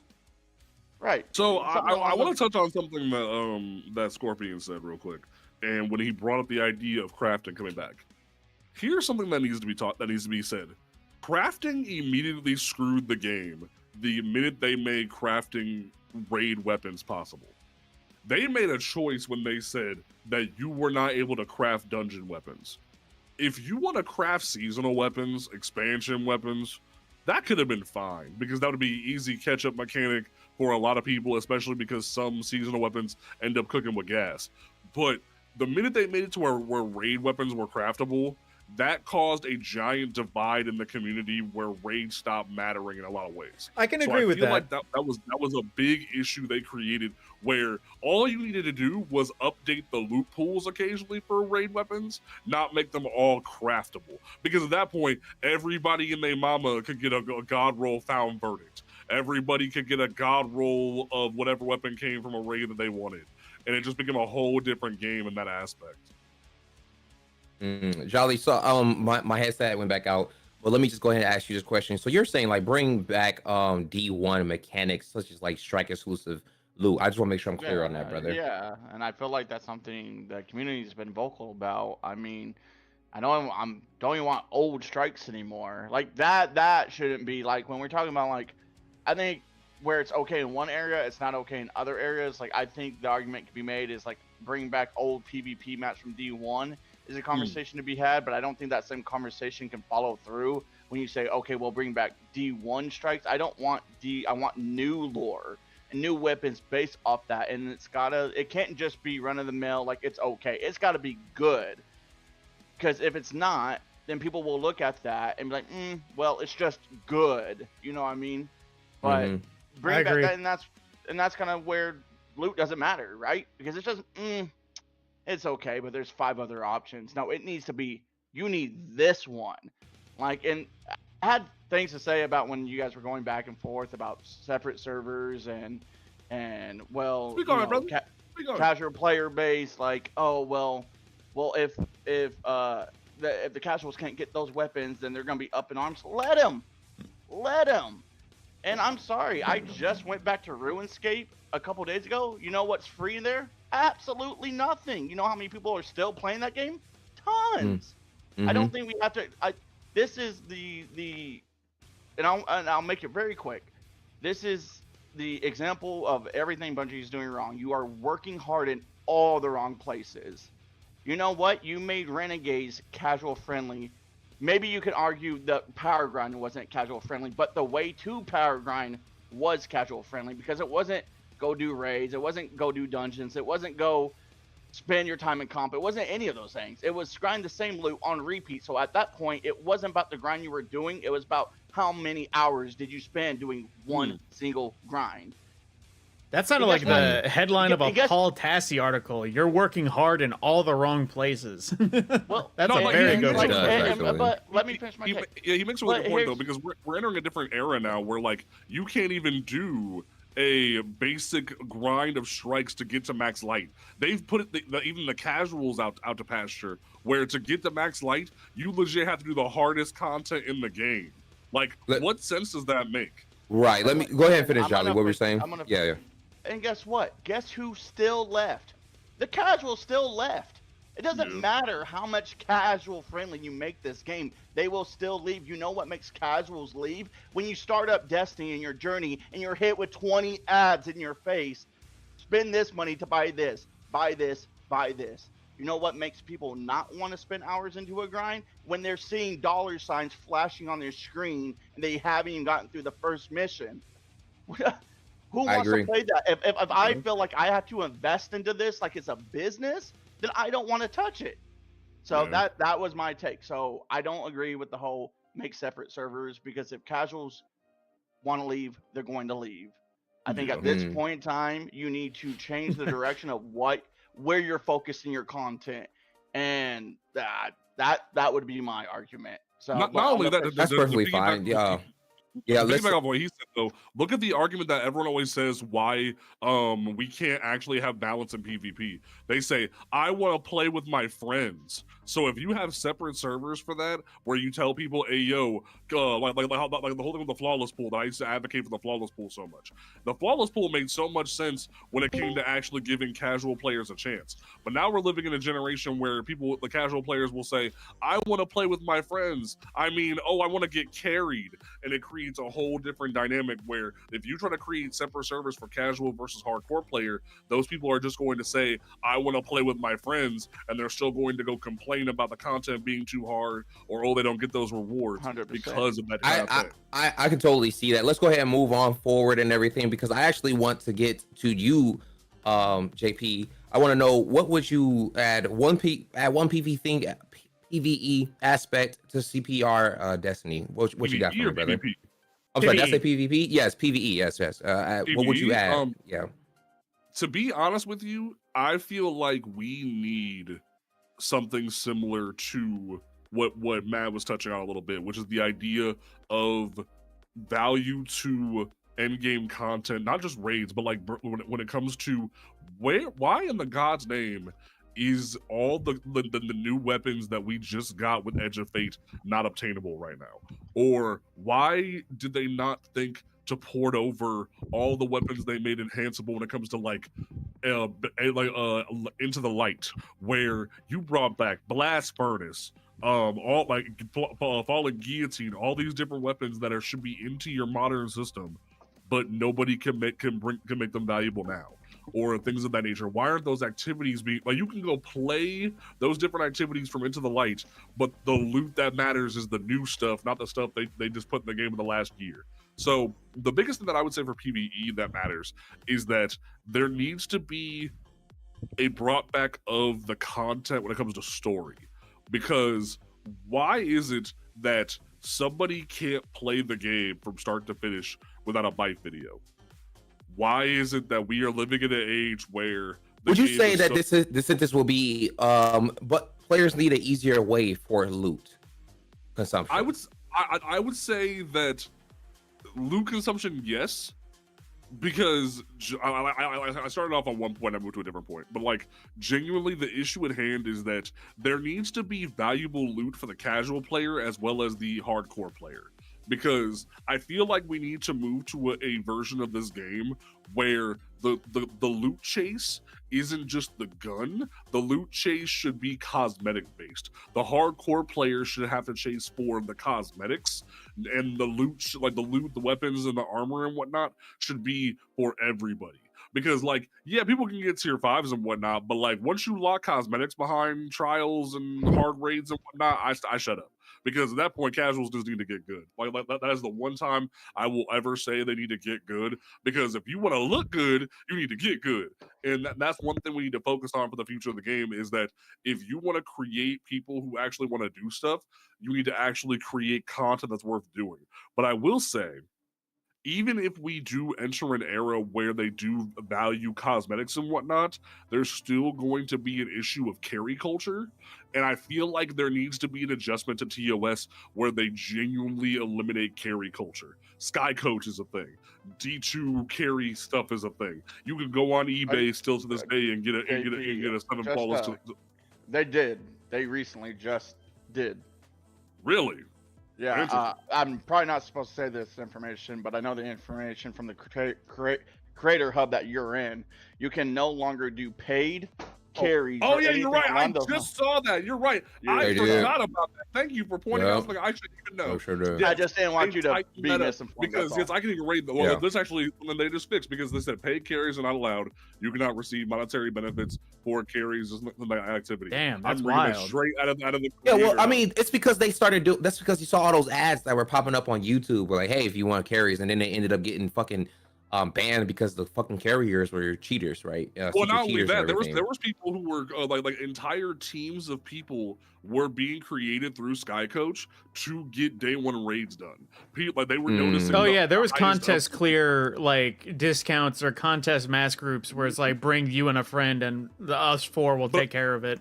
Sort of bullshit. At the same time though, like just the only way they've kind of skirted around this though is saying it can't be monetary benefit, because if it ends up being, they didn't say Twitch subs, bits, and donations are considered monetary support though. I gotta respect. No, they're talking about literal monetization. Like you got a store for that shit. Like $60 for a clear. Exactly. Let's go ahead and move past it and everything, because I actually like that. Lore needs to be more in game. I actually can respect that quite a bit. Actually, more in game. Lore needs to be more accessible, and it can't just be videos. It needs to be like you need to retool Red War Curse and Warmind to be mission based, which isn't that damn hard. They're just acting like it's that damn hard. You have the voice audio logs. Just shift the content a little bit. It would be fine. That's the biggest issue we do. Let me go ahead and give mine real fast to make this the 4th list and everything, because we're about to move on to PvP, and we also have another guest that just joined in. I will introduce him in 1 second. But if I had to add into PvE, I think the thing that I want the most is and I've said this repeatedly, but I guess I'll go in a little bit more in depth in it. I feel like we need more Lawless Frontier level fun and less of dungeon and raid level thing. Not saying that, because here's the thing, raids and dungeons going nowhere.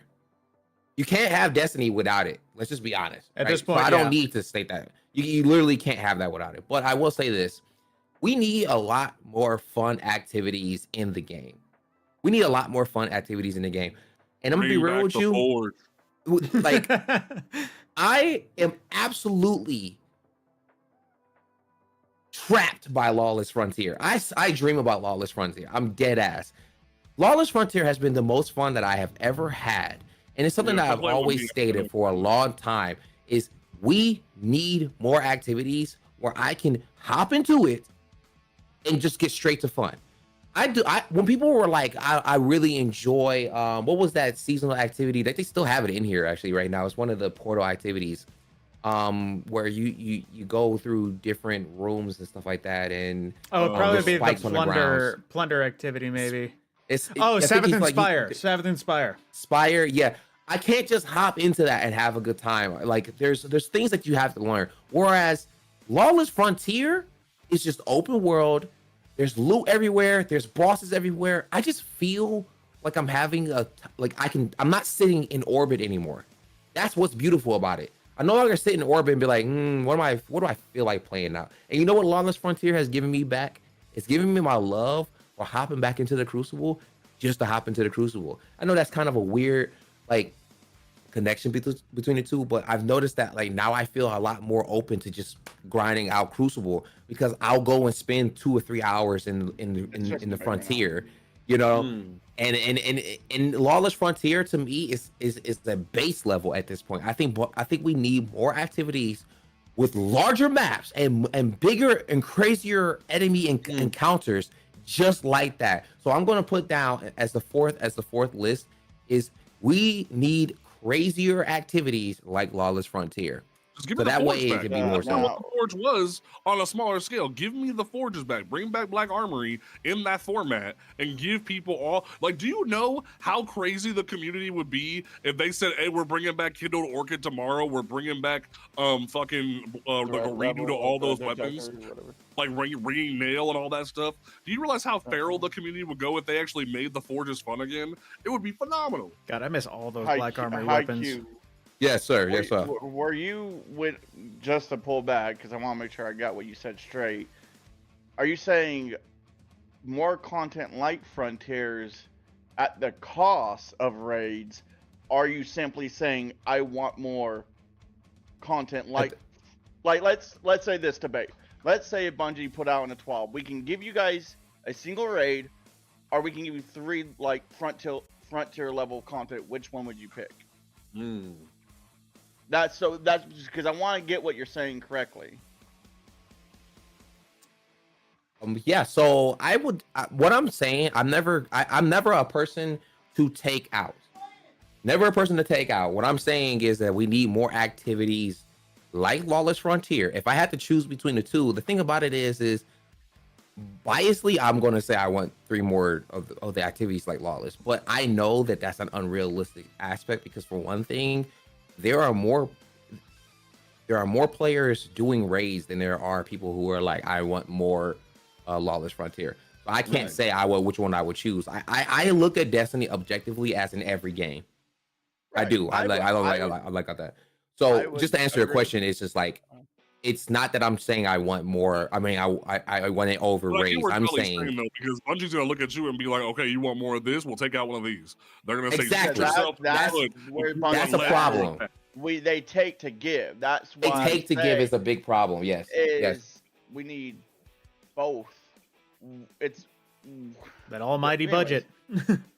Yeah, because they're gonna say, which train do you want first? Do you want this train or that train? To put it back to the trainer. I don't like it. I don't like that at all. I hate the fact that Bungie does that. But Jolly, what were you about to say? You had no. I was just saying that. Yeah. I mean, Bungie kind of acts like the person outside the local 7-Eleven. Give me your coin, like. You got any money for cigarettes? I'm like, you want a Crucible map? Give me $5. Like that's what they want. Right. I'm so glad we're getting to. I think that's a good segue into the PvP topic you want to talk about. I think so too. Actually, I do too. But to answer your question, no. I'm saying that they can do Lawless Frontier and they can do Dungeons and Raids. Everything's perfectly fine. We just need more of Lawless Frontier. And let's say, like when Revenant came out. And they wanted you to do the piano thing. Stop wasting resources on things like that. We don't need that anymore. I guess enough of that, right? Like that's fine. Every blue moon, not every year. I get what you're saying, though. Right? Like it's just basically like all the average. Oh, I get what he's saying though, but he kind of became a little bit hypocritical because he's like he wants Corridors of Time back, but he doesn't want the piano. Like you can't have your cake and eat it too, brother. Like you got to be able to be like you can have your fun little quirks about PvE. but occasionally have your PvP shit. But the problem is, I think I get Bungie, what Bungie doesn't view it like. I think I get what Haiku is basically saying. I think he just wants the average seasonal activity, the average match made thing that the average Joe that is going to be thrown into, or like just an activity that in the end of the day there isn't much stakes, that it's just grander. Like it's just grander. Yeah, I just want action. Like, I want Helldiver level action. Looking back to Salvage out of Season of the Deep, that was actually a pretty damn good activity. It maybe got a little bit old, but you were running all over the old Pacific Arcology, and there was a lot of interesting stuff. And thinking back to like, what was that activity that came around Season of the Drifter? Reckoning. That was packed with ads. And here's the crazy thing about it. Reckoning would kill right now for how powerful we are. Well, and not only that, how powerful we are. A long time is that Bungie has a really bad problem where they will either create a really good content drop or they'll create horrible loot for that content drop, or vice versa, where they'll give you horrible content but great loot for it. So they need to find a way to balance it where it's like. Actually, I agree with that quite a bit. Quite a bit. People say that Catch Crash was the shit. People say that the Season of the Plunder activity was the shit. But do you use a single gun from Season of the Plunder after that shit was over? No. No. Yeah. I just saw you raise your hand. Hold on. I was just gonna say it just brings this. No, it brings a really passionate part of this. It literally hit me as you're saying because I completely forgot Reckoning was even a thing. I remember the Age of Spare Rations. Mm-hmm. I grind it from 6 p.m. to 5 in the morning with the same team in the same activity. Until it wasn't even a good Spare Rations. But all that, it sounds unhealthy. The grind needs to be unhealthy. Your eyes need to be tired. You need to go to work late. Like, that is when, like, people loved Destiny. Yeah. Yes. And what he's saying, like, you meta. even gotta make it to where the rolls are hard to get, like, because people like to say, oh, you have to have crafting or you have to have horrible roll time. No, all you need to do is create a currency to where you can focus shit and then you can roll for the shit. Like perfect example, what they did with the new dungeon. You don't have to do any gun you don't want to get from any activity. Once you unlock a gun, you can go to the beginning of the dungeon and focus it. Every activity should have that kind of system where if you want to grind something to hell, focus it. If you want to get a let's move. Jolly, I appreciate you. I appreciate all you guys. Let's move. Let's go ahead and get to PvP. But I wanted, before we move forward, we had somebody join into our into our chat. Yo, Baby Beast, what's good, brother? How you doing, bro? Can you hear me? Are you there?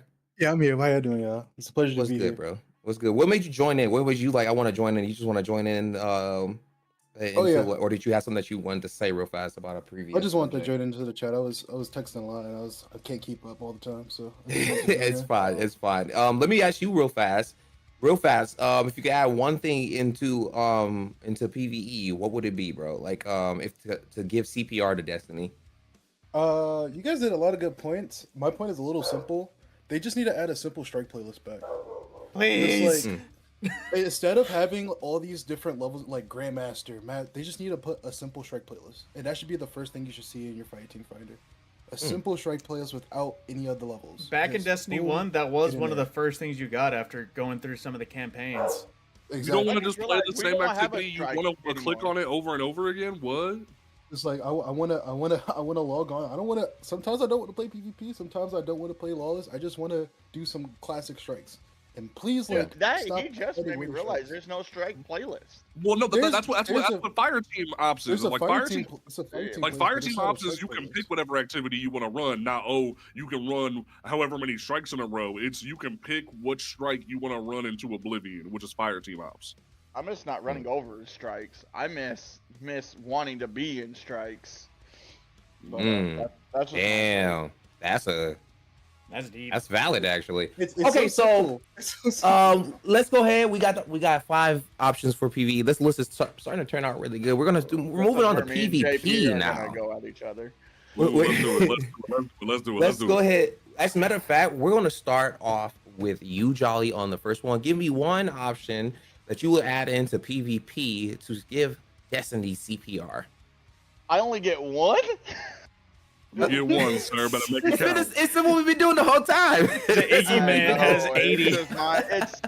I looked last year, and 95% of my time in this game has been in Crucible.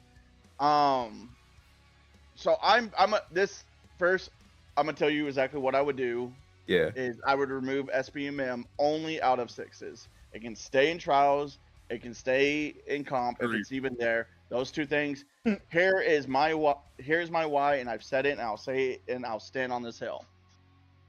Okay, Scorpion, you say you're a casual, right? When you do go in 6s, or you mentioned something about when you go into Iron Banner, you go in there trying some fun shit, right? You just go in there. You're not thinking about it. You're like, man, I just got this new toy. I really want to use it, right? Perfect example, when I played Iron Banner my Hunter, I was using Atheros Bounce Knife. Just trying to get as many magic bounce knife kills with a super powered weighted knife. Random stuff. It's not at all effective, but it's super dopamine hitting. Well, I had to ask you, all right? But it was enjoyable. You weren't there trying to get the highest KD or anything like that. You were just playing. I was grinding the rep, but I was enjoying myself. 100%. Here's my thing. Me and your lobbies are not the same. Absolutely. I can't go into my matches at a 2.5 and get that same kind of fun. I can't just try whatever I want in a 6s. You know what? Sometimes I don't want to sweat like I'm sweating in trials. Sometimes I don't want to sweat like I'm sweating in comp. The difference is when you put skill-based matchmaking, it only directly punishes one type of player. It doesn't punish the other person.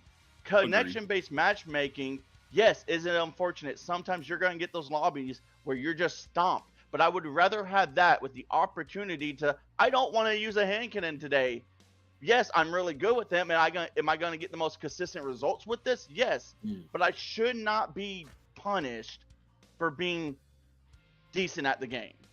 This is where me and Jolly agree, because there should be no reason why in 6s I have to go in, because I've kind of reached a point in my PvP journey where like I've gotten to like the highest level of comp in one season. I've gone flawless a million kajillion times. So if I hop into a 6s match, motherfuckers are going for blood. They're going for nonstop, like all sweaty ass shit. I can't try out a new build. Can't see if this shotgun can actually land a hit because they mess with shotgun ranges and whatnot. Everything is going to be sweaty as balls.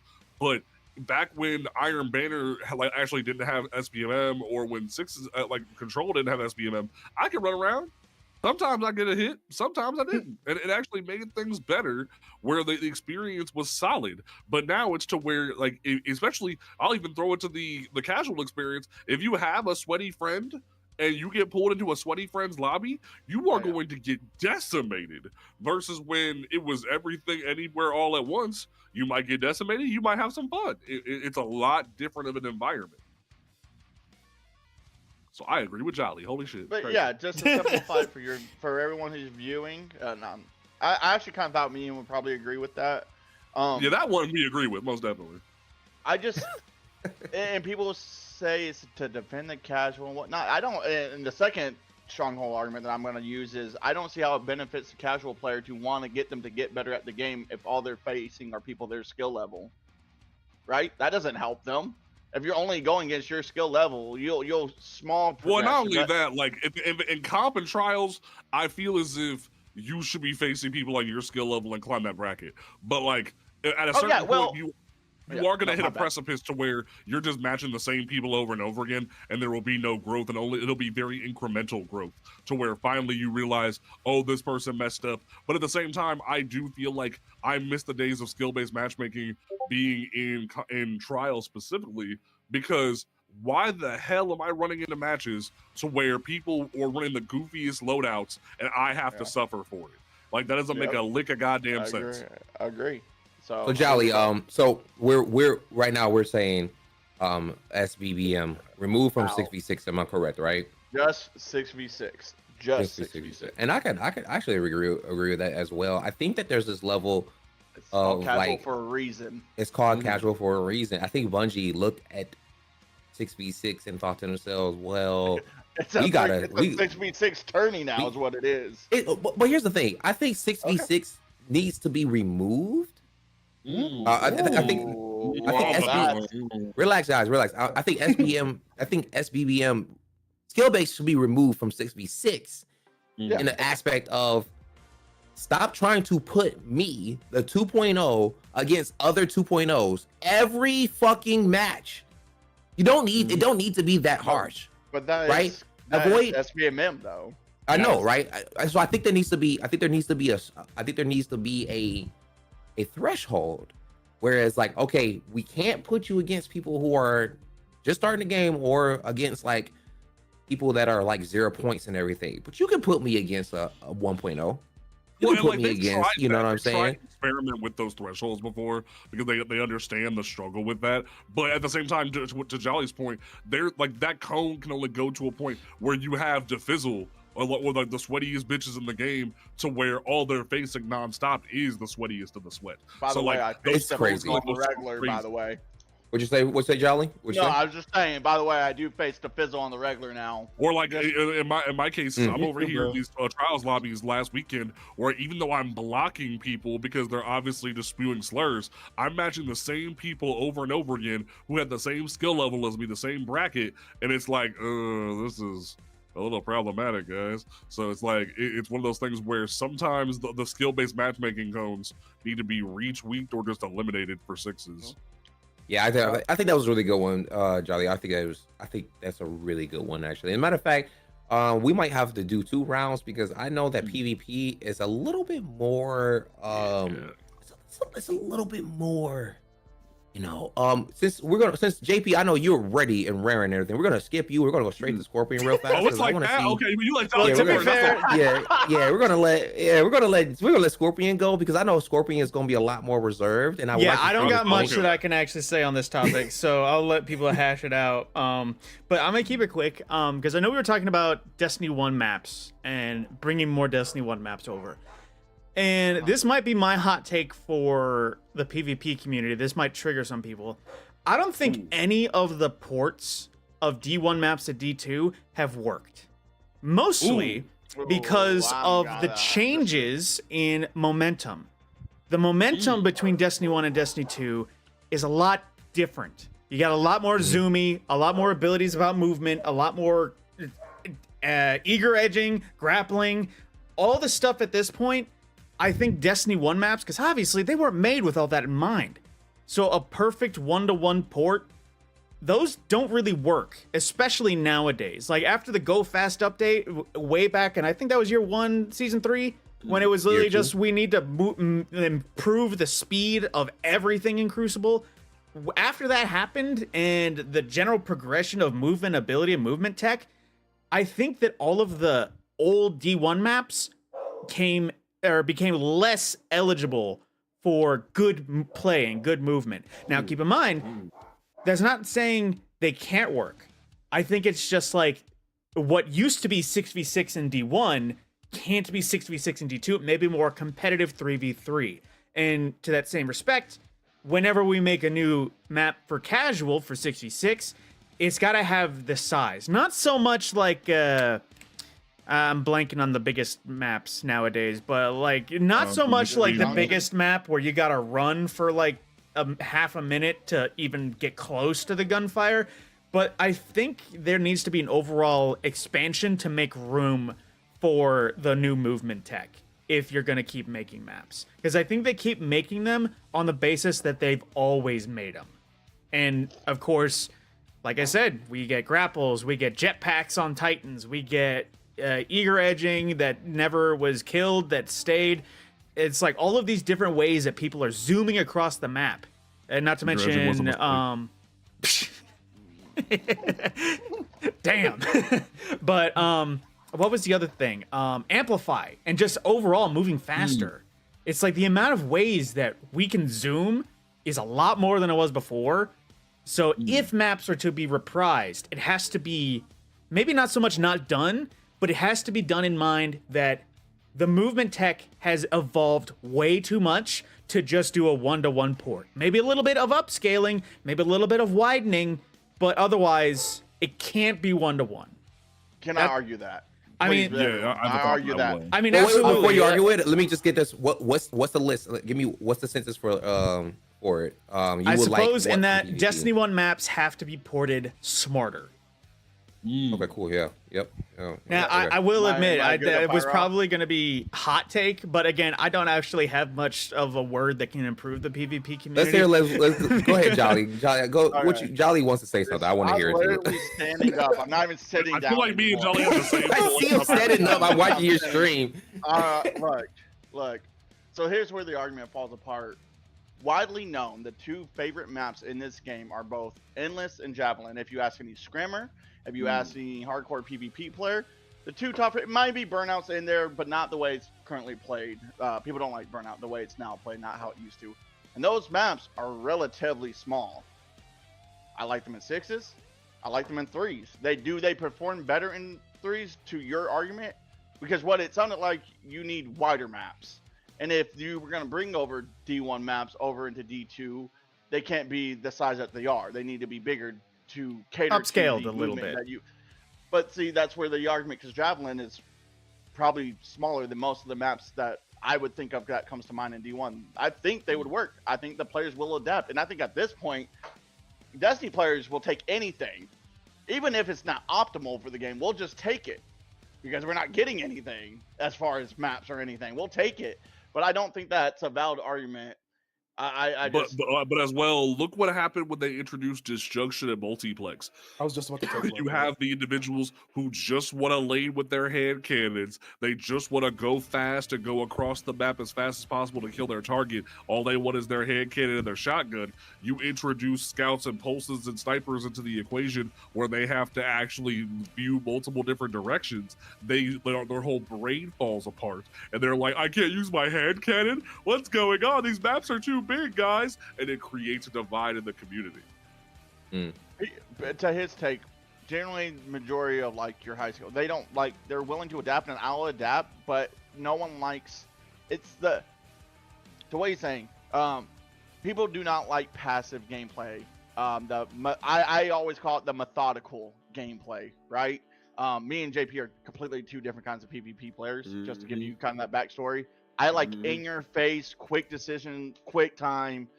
And this is why I say that's why Endless and Javelin are my favorite in the majority, not all, but the majority of player base, those are their maps. So if you start up a private match, they're like, all right, so we're going Jav or we're going Endless.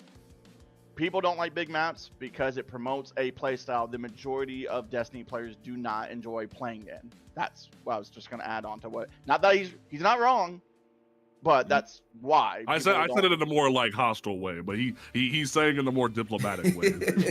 yeah. We do not like sitting. We Because like I go view what fast he's in your face. Yeah, because I view what he's saying as the passive play style is, because here's the thing, there are going to be those laning Larrys who hide and camp and be our assholes. The dads. But then there's players like me who actually pull up in a lane with a scout or a pulse, and we're actually going to duel like actual human beings. Like that's the issue, is that people hear passive and they think we're going slow motion and we're waiting for the point to pull up. When in reality, I'm gonna run at you with a pulse, and we're gonna have like a 10-meter divide, and whoever hits their shots hits their shots. Versus, I don't like the environment to where if you don't have a hand cannon, you're losing. Where a lot of people just want hand cannons to be the only dominant thing. That's why when I'm looking at Jolly's chat and everyone's like, nerf pulse rifles, I'm like, have you actually like learned how to use a pulse rifle, or do all you want to use in this game is a hand cannon? Like, that's the issue at hand. Hand cannons can counter pulse rifles if you're good enough. Exactly. I hate both hand cannons and pulse rifles. I'm biased. Look at this auto rifle guy. Look at this idiot guy, bro. What? Pulses are cracked. All right, PGG, you're banned. That's a ban. That's a ban, buddy. You're getting banned. Let me read. I'm sorry, Chad. I haven't been reading from you guys. Yeah, maybe do. What? I'm gonna read two. To Scorpions, DMC said PvP D1 and D2 are worlds apart to cater to what Scorpion said. And then Magnus said most 140 and 120s outplay since it has such good damage output with good range. I say this as an SMG Titan that dies as much as I eliminate. So, so yeah, that was He makes a good point, because generally there are times where like I will see hand cannons outshoot pulses and scouts, and like they will literally have more range than weapons that are supposed to have more range than them. And then that's what gets so rangefinder was infuriating. nerfed. Right, like that's why I get so mad when people are like they only want hand cannons to be dominant, because it's like, what about the SMG players? What about the pulse players, the scout players who are actually gotten good with those weapons? But you're saying because you don't want to learn how to use those weapons or learn how to adapt to gameplay and try a new tool, you only want your hand cannon and your shotgun. You are promoting a lack of diversity in your gameplay because it's all you enjoy. Well, I would say SMG players, like at least from what I know, I don't actually mind because I can just shotgun them. So, like unless they have good movement, they're getting aped because now you pushed into my circle. But if they're good, they'll come at you backpedal with the thrust on Titan, and then they just baited you by backpedaling when they came at you first. I'm trying to not be biased because I have definitely ventured out to different weapons. The argument is, after I've been yelling at him for 5 years. This is the morality. This is morality versus non-morality argument. Hand cannons, you have to hit 3 shots consistently. If you miss one of those, the other person with a pulse has a better chance of taking you out because they can afford to miss 1 shot. You as the hand cannon player you don't get that kind of leadway, right? I mean, and the other reason people hate hand cannons because there's a play style with hand cannons. It's a very peak, jump, slide, very movement based. Pulses are just the majority of people how they play pulses. They will sit on a wall and they will wait and they will wait and they will wait, and then just this weird waiting game that you're playing, and that's why. But like if you're an aggressive pulse rifle player, then maybe that's different. But this is the constant case of morality versus non-morality. Let me ask a question real fast. Mad Scorpion, how do you feel about his rebuttal? I know you D1 maps need updated ports and everything, but do you have any other extra thoughts, or we move on, brother? No, absolutely. Like I said, I didn't have a horse in this race when it came to it because the last time I went flawless in trials was season 15. And I just regularly had like it even years ago when they started adding that like exclusive shader to Iron Banner, that was like the reason that people grinded like the chainmetal shader. Even back then I was way out of the PvP space. So in terms of my opinion, in terms of a PvP space, it's literally just I mean, all right, that was a great. Someone check on that head. Bro. That was freaking hilarious. I'm not gonna lie. So I was saying like, so you don't want to tell them go fuck yourself. Gotcha. All right. I mean, let's straight up. If any of these guys have like a hot take that's like PvP related, that's like a counter argument to me. If y'all know the origin, it's just. Oh my god. That's funny. Okay, JP, listen. Okay, so listen, what you got? So one thing to CPR, Destiny, and PvP. What you got for me, brother? I feel like the biggest struggle for PvP at this point is that there needs to be guardrails. Not let's kick all the casual players out of trials, which I do think that does have an argument to be said. I feel like we need to go back to how things were, but with better structure. As in, you need to quit this beef you have with the guy who voices Shax, or hire a new voice actor like you did with Banshee, and have someone come in, because no one's reading a wall of text. Let's keep it a stack. No one's reading a wall of text. I may like to read, because I read like a book every day. I read comics every day. No one likes to read like me. People are becoming more illiterate by the day. You need someone to actually sit there and talk to the player in a cutscene and explain that elimination, 6's control, specifically 6's control or team deathmatch, or solos, rumble, are where you go to learn how to play the game. Then Iron Banner and Trials are where you actually have competitive 3s and competitive 6s. Because yes, the other portion of that is adding value to Iron Banner and putting Iron Banner back to the prestige it was in D1, where they actually introduced tier 5 Iron Banner weapons, tier 5 Trials weapons, and have those be, you have to get a certain amount of wins as an Iron Banner player versus getting a certain amount of wins as a Trials player, to where you actually have to show your skill to get the tier 5 or the Grandmaster Adept, whatever the hell you want to call it. And that's where you go for that. But at the end of the day, you don't just devalue the elimination rumble control mode, and you actually give those players worthwhile rewards for those. That way they feel like their time is valued. Because that's the biggest reason why Trials' barrier entry got lowered so much, or why Iron Banner just became whatever the hell it is now, is that the devaluing of things on every level became a thing to where it doesn't matter. You give them rewards for playing Control. You throw them a random basic weapon that does really well in PvP occasionally.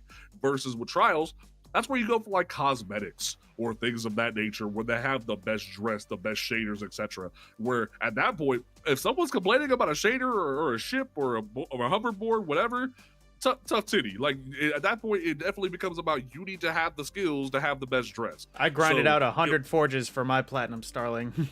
Right, you do exactly. the same. Like, exactly. If you wanna look good, you better play good. Like that's why I feel like the core of my argument needs to be, they need to restructure PvP to where the casual player could go have a casual experience, which kind of loops in what Jolly was saying, which is remove SBMM from 6s and make it a casual experience where you can go try out a new build, a new gun, etc. And if someone gets washed one match, cool, they load up another match, they might have a chance, and things of that nature. Like you actually go in and have a more casual experience, but then comp, Trials, Iron Banner, those are your prestige modes where you only come in here if you know what you're doing. That way you don't play Trials and find someone with the most casual loadout in history. They're running in with the goofiest loadout and trying to succeed and wait out your team, where SBMM actually plays a factor, where they actually take it seriously. So I feel like the biggest issue for PvP that we deal with is adding prestige and restructuring it to where if a dad comes home with 5 kids and 50 jobs and wants to come home for 5 minutes and play one PvP match,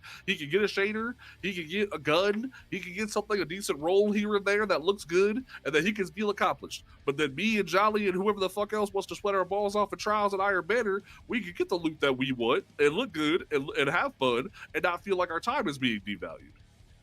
Yeah, I have 2 people in chat who responded. They want, well, Alyssa, so why are we suggesting IB being prestigious?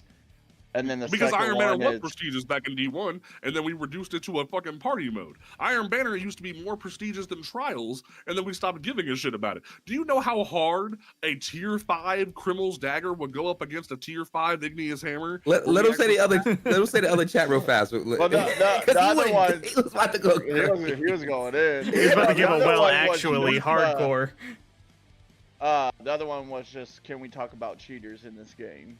Ooh, yes. I can yeah, I reasonably think talk about that's a mechanic that, of but its own. I think cheaters. We're gonna be talking about cheaters next Sunday, because Thursday we're talking about elitism. For the next show. But you know, honestly, a factor, though, because we even found out that BattleNet's come back to the show. Come back to the show. Tune in next time. Thursday, Next Sunday, yeah, next Thursday and Sunday actually. But okay, so just so I'm clear, from JP, you're saying less guardrails in PvP. I actually like that. That was a very good word. More guardrails, actually restructure it. More guardrails, because more guardrails. Sorry about that. My apologies. Like rebalancing and restructuring to where casuals go where they want to go, have their casual experience, but actually give them rewards that value their time, and actually give like hardcore players a place where they can jam, have a good time, but then actually reward them for their time as well. We need to find a balance, because here's the thing. You should be able to go into control with Shax every once in a while in a really cool gun drop. It shouldn't be all the time. It should be like once a season, once an expansion type shit. You get a cool gun to pop off and have some fun. Like if Redrix would have dropped in control and sweated everybody out for a little bit, cool. And then next season you have the worst weapon in history. But then Trials is where you have the consistent good guns and shit like that. That way it inspires people to actually get good and things of that nature. Yeah, no, I can get behind that actually more. I said less guardrails, but it sounded like the same explanation. But I put more guardrails because I get it now. It's like, let's put more safety rails for people so that way we understand and we have a better balance within the PvP realm. I actually respect that quite a bit, actually. And I'm gonna go ahead Yeah, and give. something we always hear from people is that like, oh, where do I get that really cool gun? Oh, you have to go play trials. Well, how do I play trials? Well, oh, well, you can just go in and it just drops for you from a random match now. You don't actually value your time and your actual investment to get good and go to the lighthouse. You just play one match and a martlet drops for you, and like, that doesn't make any damn sense. Like you should actually have to play a little bit, get good, win a few matches, go to the lighthouse, and have a chance for a drop. Or you can focus it at Shaq's. Like if you want to grind only astral, like this was something that ZK Mushroom said one time. Where why is it that we still have weeks of a gun, or a weekend of a gun? Why can't it just be we go? Like, you can rotate the map, sure, but why can't we focus the gun that we want? Especially if we're having the system where anything can drop from even a loss. Why can't we just focus a gun and have an experience that we want and go from there? And you know what? I high tier totally loot get that. should be locked to the lighthouse. So what I was saying I agree. earlier. I agree. Ooh, high tier elite should be locked. The I agree. lighthouse. Yeah. That is. Question: why does a casual need the best of the best trials weapon? I'm not gonna Because, lie, like, it was absolutely wild hearing from somebody that hasn't kept connection from trials that you don't even need to go 7 wins to get the tier 5. Because I understand from ages ago, if you want the good, if you want the extra spice, you go 7-0 and you get to the lighthouse. Hearing that you could get true. that tier 5 from a random drop on like round 2, that's Or a loss? really on a loss even. Like that's Yeah. astronomical. I agree that it should be easier to get to the lighthouse. What I don't agree with is that everything else gives the lighthouse loot. I can get with that. Let me go ahead. Let me go ahead and get my take on PvP, so that way we can keep it going. Because actually, these are some very fire ones. And if I had to give it, like you guys covered the important stuff, the back end stuff, right? We're actually going to do one more round of PvP specifically because I have a very specific way of. You can skip me. I don't know why my stream is. Hold on, wait a second. Because for some reason, Well, I might have a thought shut depending on down. others. We'll see. Especially now, like this is the worst thing. We need all your takes, Scorpion. But like, to like, while you wrap that up though, like the one thing that I had said though, like early on when we were starting the conversation, was that like we went from My bad. Edge of Fate. Oh, now you are. Am I back? At the Okay. moment you start talking. Oh But, my like- freaking gosh! But bro. like the tail end, what before you like, go off is that like, but the kind of ends into what Dude was saying about high tier loot should only be at the lighthouse. I agree with that because the whole thing that I said earlier was there should be no reason that when you start an expansion, you have to get to rank 9 and get the highest light possible to then get a high tier drop from the lighthouse. Versus with now, it's like you like once you hit that threshold, you can take a L and still get a high tier drop. And it's like, what are we doing now? Why is it so easy versus so hard? Why isn't it just you got to the lighthouse, you got the drop? Yeah, and it doesn't even count all your flawlesses anymore. That's like, Yeah, it sometimes may you'll- not like, seem you'll- like a you'll lot lose to it, but- people. It doesn't but even track you gotta- flawlesses? No, it's touch and go. Where like sometimes you'll finish a match and then you'll still have like your 3 wins, and for whatever reason it just didn't count a loss. It happened to no, me. Scorpion, no, am I- not that, Scorpion, no. Scorpion, am I back up? Is my Oh, stream back up? Yeah, I was checking. It was still loading. But TikTok says you're live. Hang on. Is it? Do you see me though? Like that's the question. 'Cause I'm not seeing. Yeah, let me try again. Your stream's up. I mean, your stream right Scorpion, now. what My I stream was is up? saying- Oh yeah, I My got you. stream is I up? see your stream. Yeah, I got you. Okay. All right. Let me get back to the point. Let's get back on track and everything because we're getting Yeah, comments. you're and- back up. Oh my freaking gosh, brother! Woo wait! That McDouble in there now, I'm telling you, brother. Technical Gotta difficulty. quit getting that McDouble every day. Gotta get some spectrum on My that bitch. shit is turning against me today because it's a good show today. I hate when it does that. Back to it. Okay, so you guys were already covering really well. You guys were covering, the SBM, D1 maps. I like that one actually a lot more. I'm sorry, I like that one a lot, quite a bit actually, because the idea of it is just like, okay, well, yeah, like some things need some tuning because there was a map that you literally would get slingshot back and forth, and like literally land to people. Like they would just shotgun. I was doing it all day. As soon as the crossroads, I think it was what's called or something like that. and just shotgun them as soon as they fly over. But let me give you guys my idea, my one for CPR for PvP. And the thing is, this is going to be controversial, but I really don't care because it needs to be said. Snipers need a call out. They need a call out, a call to action. If there's a sniper around the corner and I'm about to hit that corner, I want Shax to be like, sniper on the field. So at least when I hit that corner, I know that there's something. Or it could even be more simple. The red light it beams across the room. Like you see a red light just beaming, like a laser or something like that. Because here's my logic behind it. My very, very simple logic behind it is we live in a health bar sandbox. An RPG that requires you to dwindle a shield down and a health bar. That's two things that you have to. And there's one thing, only one thing that can completely eliminate that. Somebody said they should give Haiku give Osiris his moment to shine with Strand in ways to show Zavala uses stasis. That's a cool little add-on. That's a nice one. That's a nice one. Yeah. But the thing about it is that there's only one thing that has distance and DPS at the same exact time, and that's a sniper. You get one headshot, you are dead. You are instantly dead. And you could argue, I would literally say like every shot from a sniper should be 2 shots. Every shot should be 2 shots, even a headshot. I know that's I feel like that's more diabolical. You got my Cloud Strike trauma to me, brother. That sounds like Cloud Strike trauma. I'm gonna read chat. First, I'm gonna give you what it said. Absolutely not. And then DMC said, "Here you go. This is L for Haiku." But that's fine. And I know that. I know that. Not every take is gonna be gold. Right. Why be punished for using a weapon? That's what expecting is for. Hold on, wait. I didn't say this is a punishment. I didn't. Well, I didn't say it's a punishment. What I'm saying is, what I'm saying is, because I don't think that the 2 shot from a sniper is fair. I don't, especially since it's too long. We too far into the game for it, right? That's the skill of it, and I respect it at this point. But as the person on the other end of the sniper, just tell me there's a sniper on the other side. Because I'm telling you this right now.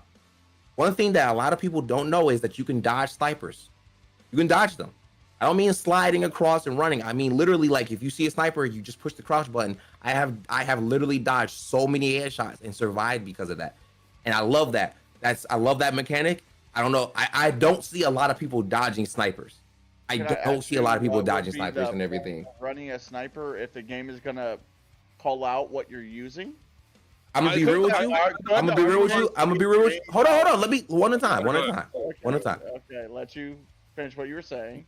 No, I was saying Jolly. Go ahead. You were saying. I was like, because using that same logic, should the game not tell you shotgun around the corner because that is a 1 pump? That's what I was going to say. I think that these weapons that can take your health down in a very quick second, I think we need a little bit more of a heads up. Maybe not the red light thing. You do know a puddle of water kills Guardians too, right? A puddle of water? A PvE. A puddle of water kills Master Chief. But water's bullshit. I was just making a so like I kind of. I was like, wait a second. I hear what he's saying though to a certain extent because, like, truth be told, there be some rough times, and that's kind of like lends to what I was saying about like Cloud Strike trauma.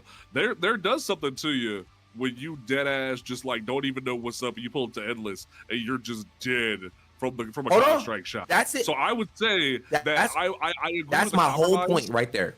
I agree with the compromise though that don't just have it be a red light when you pull into the lane and you see the person. Have it be a full ass laser going across the thing, because I can agree with all that. I'm saying is not a call out, but a laser across the screen.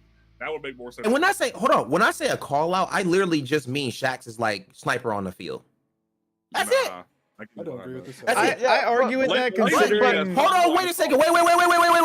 Let me land my point. Let me land it. You did this on purpose. You No, thought this is something that I have always felt, because here's the thing. I personally don't like using snipers. Now, Okay. does that give me grounds to say that snipers should be taken out of the game? Hell no. No. Like, this is the only problem that I have with snipers. This is my only problem, is that I just don't know they're there. That light, literally, if I don't react fast enough, which is like what I said, I can just duck down from it, is the split second that it's sort of fuck up my time on here.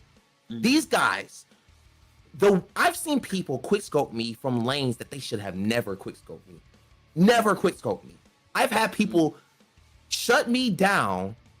I've had people shut me down in the most atrocious ways. And the only reason why they got it is because I didn't know they were there. People will lane you every fucking match. They're not getting engaged, but as soon as you press them, they ass. They ass. They have crushed themselves entirely on this. In my opinion, it's too easy to get a upshot close of a sniper. It's too easy. I don't agree with the idea that I can rush you at my optimum range, right? My weapon, and because I flinched you, just because I flinched you to my head, I'm donezo. I think that at the bare minimum, either let me know that there's a sniper or make it harder for the people to get kills when I'm closer to them. But nothing is more demoralizing than all of a sudden my whole winning streak, my kill streak is just ended because some guy is hard scoping me across the freaking map on B. That's my freaking problem with snipers. That's a They're certifiable too crash out, the easy flinch to- headshot kill. Because This man got some it's PTSD. and it's been a problem since D1. I've gotten kills. I want to say this real fast. Let me say this. I've gotten kills. I've gotten a lot of things that I've needed. Like I've done sniper challenges and stuff like that. I'm not saying snipers are super easy or anything like that. I think that skill is incredibly respectable. What is not respectable is the fact that this guy. He got out. So I hear what he's saying to a certain extent, because I used to be that way about hand cannons, where I thought hand cannons were the devil, where like hand cannons like they should be removed from the game. Then I had to evolve my mindset, because he could have easily said remove snipers from the game, make all snipers heavy, etc. But at least he's trying to advocate for a balance, because I've even said hand cannons can still be in the game, be high skill, high reward, but there should be no reason why to this day you have bitches out here saying get rid of all pulses, put pulses in the dirt, etc. Because our pulse is kind of high tuned sometimes. Redrix was kind of a problem, yeah. But like when we live in a world where constantly the top of the trials report says the whole top 10 is hand cannons, that's a problem. I liked when Redrix came in because it showed people that the era of only seeing the hand cannon at the top of the trials leaderboard was over, and they had to think a little bit. So I hear what he's saying in concept. I just feel like I said, he needs to kind of meet us in the middle with potentially the just a laser, not a whole ass. I like the laser. No, I like the laser. You have a laser hitting around the corner, at least because I'm going to challenge no matter what. I'm going to challenge the sniper. The thing is that I don't like not knowing he's over there being a pussy. I'm not even talking about the guys that quickscope you up front. I got a whole nother problem with those guys on my own. But you sitting I don't know he's there. He doesn't show up on radar. There is no call out that he's over there. You don't know what the other team has on their loadouts until you get killed by it. At least give me a laser or a light that is beaming from around the corner. And matter of fact, I'll even be more in the middle. I even meet you in the middle even more, brother. The light only shows when at a certain range, like their distance is like further. So if they're really far away, that's when the laser shows. But if they're really close by, hey bro, you gotta range fall off kind of thing. Yeah, I see what he's saying. That's all I'm saying. So that's my PvP add-on. And if you guys want to tear me, I don't care. I've said this for years. People hate me for this, but hey, bro, I was also the one that said that they should make prismatic, and people were like, they're never going to do that. Fuck me. Fun fact, real quick. The top of the top 10 weapons currently reported on Trials Report, 5 of them are hand cannons. Exactly. That's what I've been saying. And there was a point before Redrix came out where I deadass tried to like where I finally got Jolly to hear me about why hand cannons were a problem, was where genuinely for seasons upon episodes about expansions. There might be another issue right now because the Martlet is much bigger than the rest of everything else as number one, but they're still mostly hand cannons. That's what happened with Redrix too, where Redrix was the same way. But I'm like, before Redrix came out, where you can look at the trials report for seasons upon seasons upon seasons upon expansions upon seasons, where it was only hand cannons or a stray weapon like Immortal one time, or like for a little bit when Immortal came out, and then it was just back to hand cannons, back to hand cannons. And it's like when the whole community only values one weapon archetype and refuses to adapt to the rest, I understand why the frustration comes in, why people get mad. But then it's like when you're only comfortable with one weapon archetype, you need to grow up and learn that other weapons exist and that you can't just run hand cannon forever. You got to learn how to use other tools in your arsenal. And if I get crucified for that, I'll join him up on Golgotha, brother. I'll do it.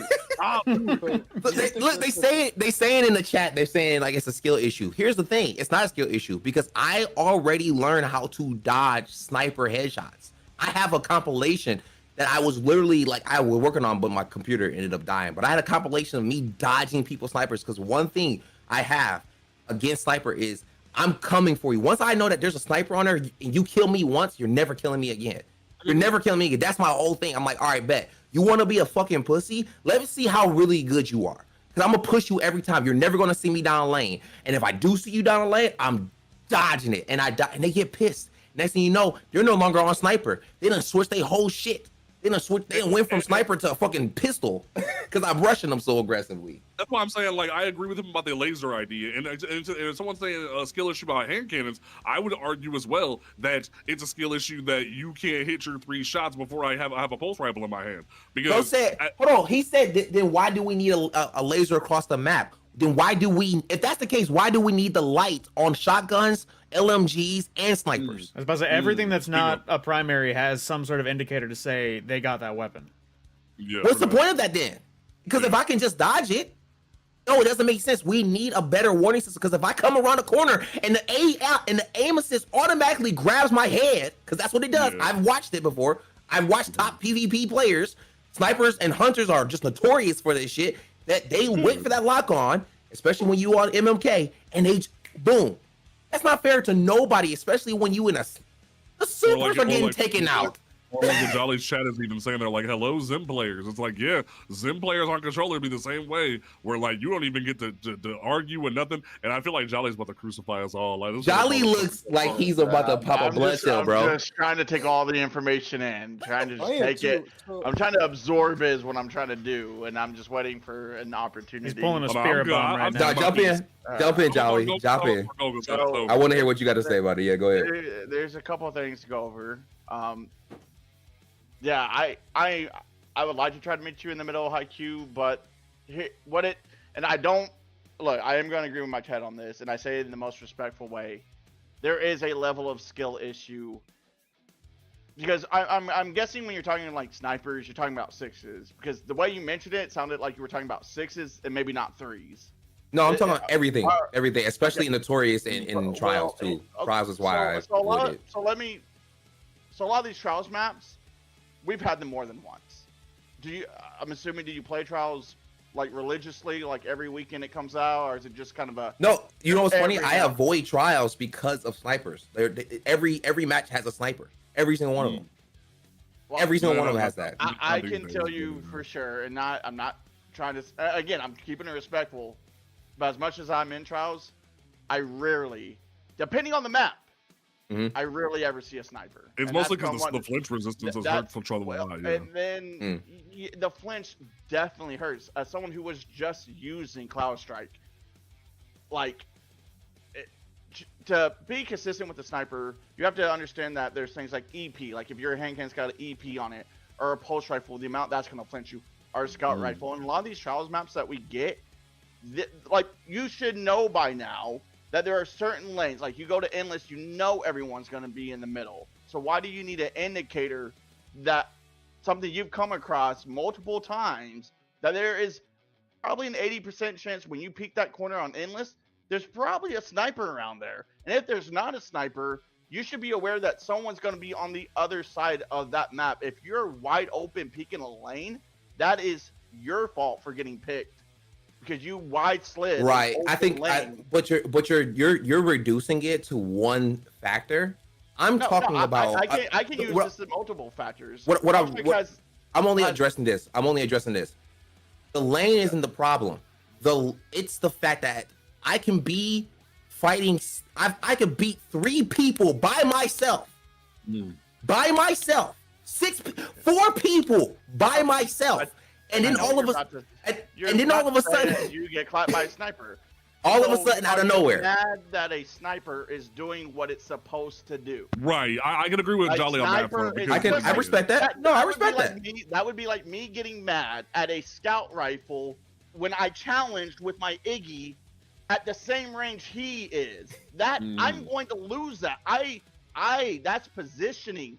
Hey, I respect that, but I'm not. But what I'm mad about is that I had no way of defending myself because I don't know where he's mad about the one-shot potential where he wasn't even able to respond to it. Is what he's saying. I can't listen. I fought off 4 people by myself. Right. But the person that takes me out is the person who's not on radar. He's across the freaking map, and the only indication that I know he exists is a red light that I didn't see because he's behind me. He had good positioning, and you're not taking. Yeah, I can agree with Jolly on that one. Sometimes spawns just screw you. Spawns are gonna screw you. Facts, if you're talking about 6s, spawns will sometimes I've seen it where it will spawn a player looking at you. And if you just won a 1v4, kudos, man. That's amazing. Why do you think you should be running a rerun every map? Not at all. Not at all. Well, listen, I will agree with Jolly in that aspect, though. There's Aeron's Vow. There's Lamarnarch. There's multiple things that people are going to use, and I'm taking the gunfights where you're not looking at me. It would be dumb of me to take engagements where you are looking at me. I'm supposed. Hey, you know what? I respect that. No, you're right. You're right. But I'm only asking for a slight chance. A slight chance. That's all I'm asking for. And I will also agree with Jolly in this. Let me close my go ahead, Jolly. Yeah.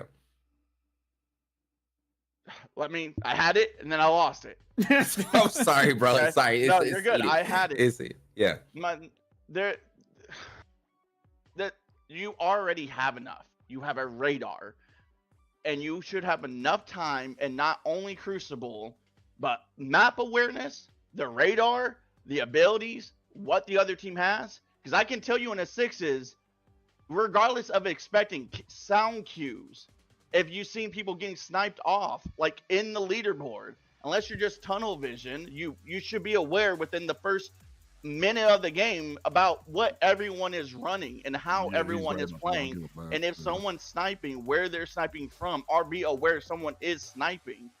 But what you're advertising is punish someone for using a sniper, which is already technically punished because the amount of flinch that people get.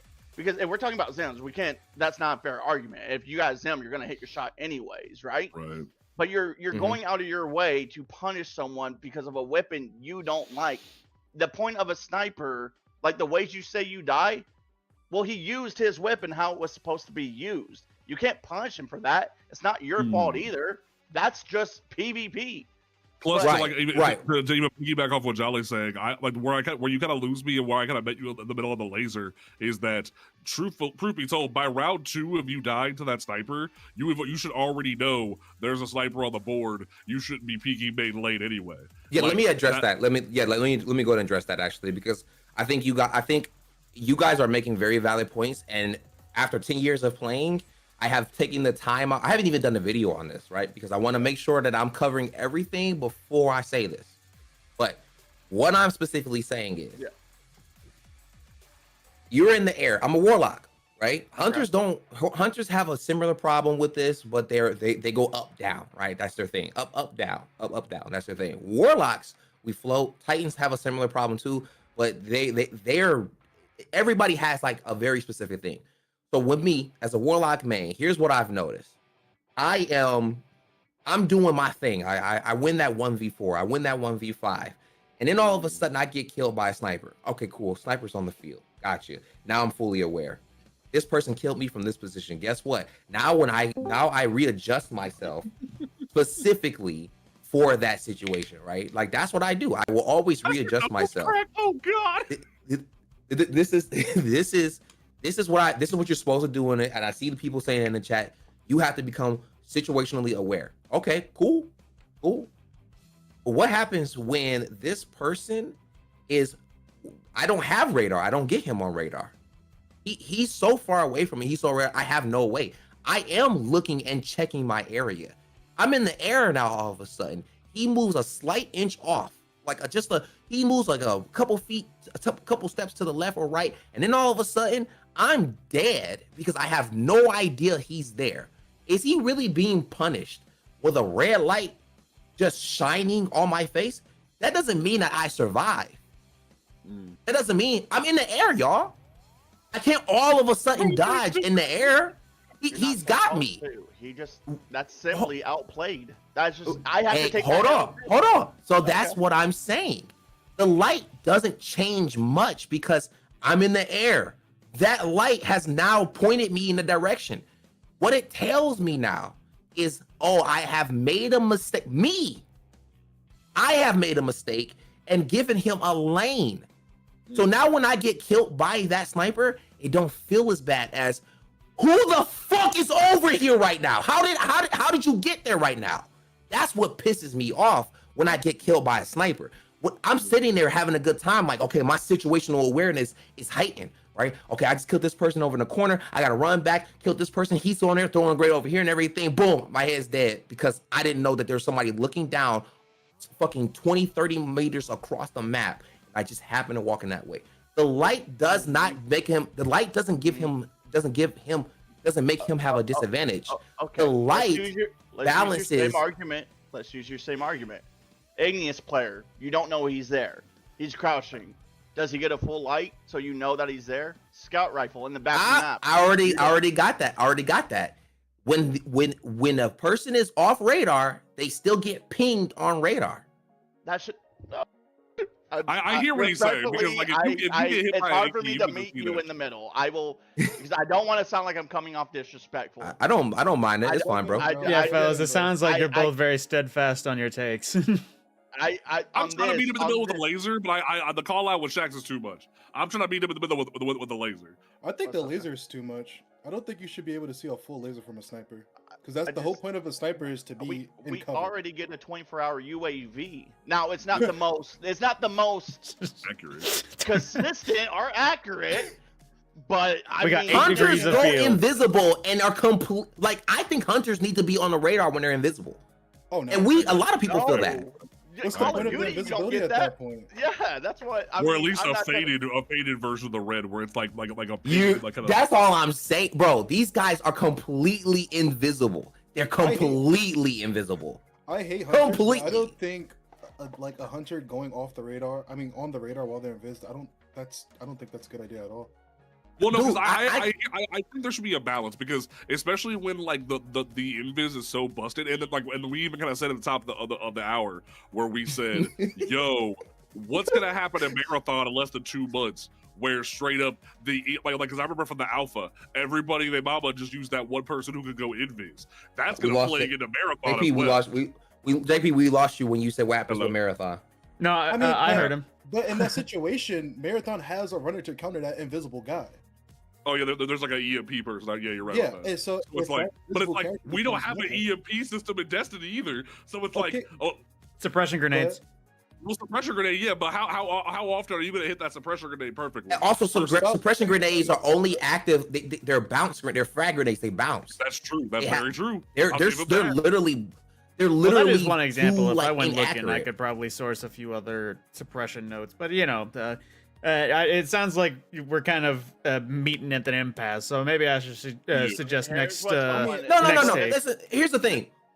I think what we're doing is good, right? Like I don't mind. Is like a little friction is good. I just wanted to respond to chat. This was a respectful comment. Okay. This guy Bubblette, Haiku is a really good player. He's one of them teenager demons at this game. He says, as someone who uses snipers. Shit. Did he go? Are you still here?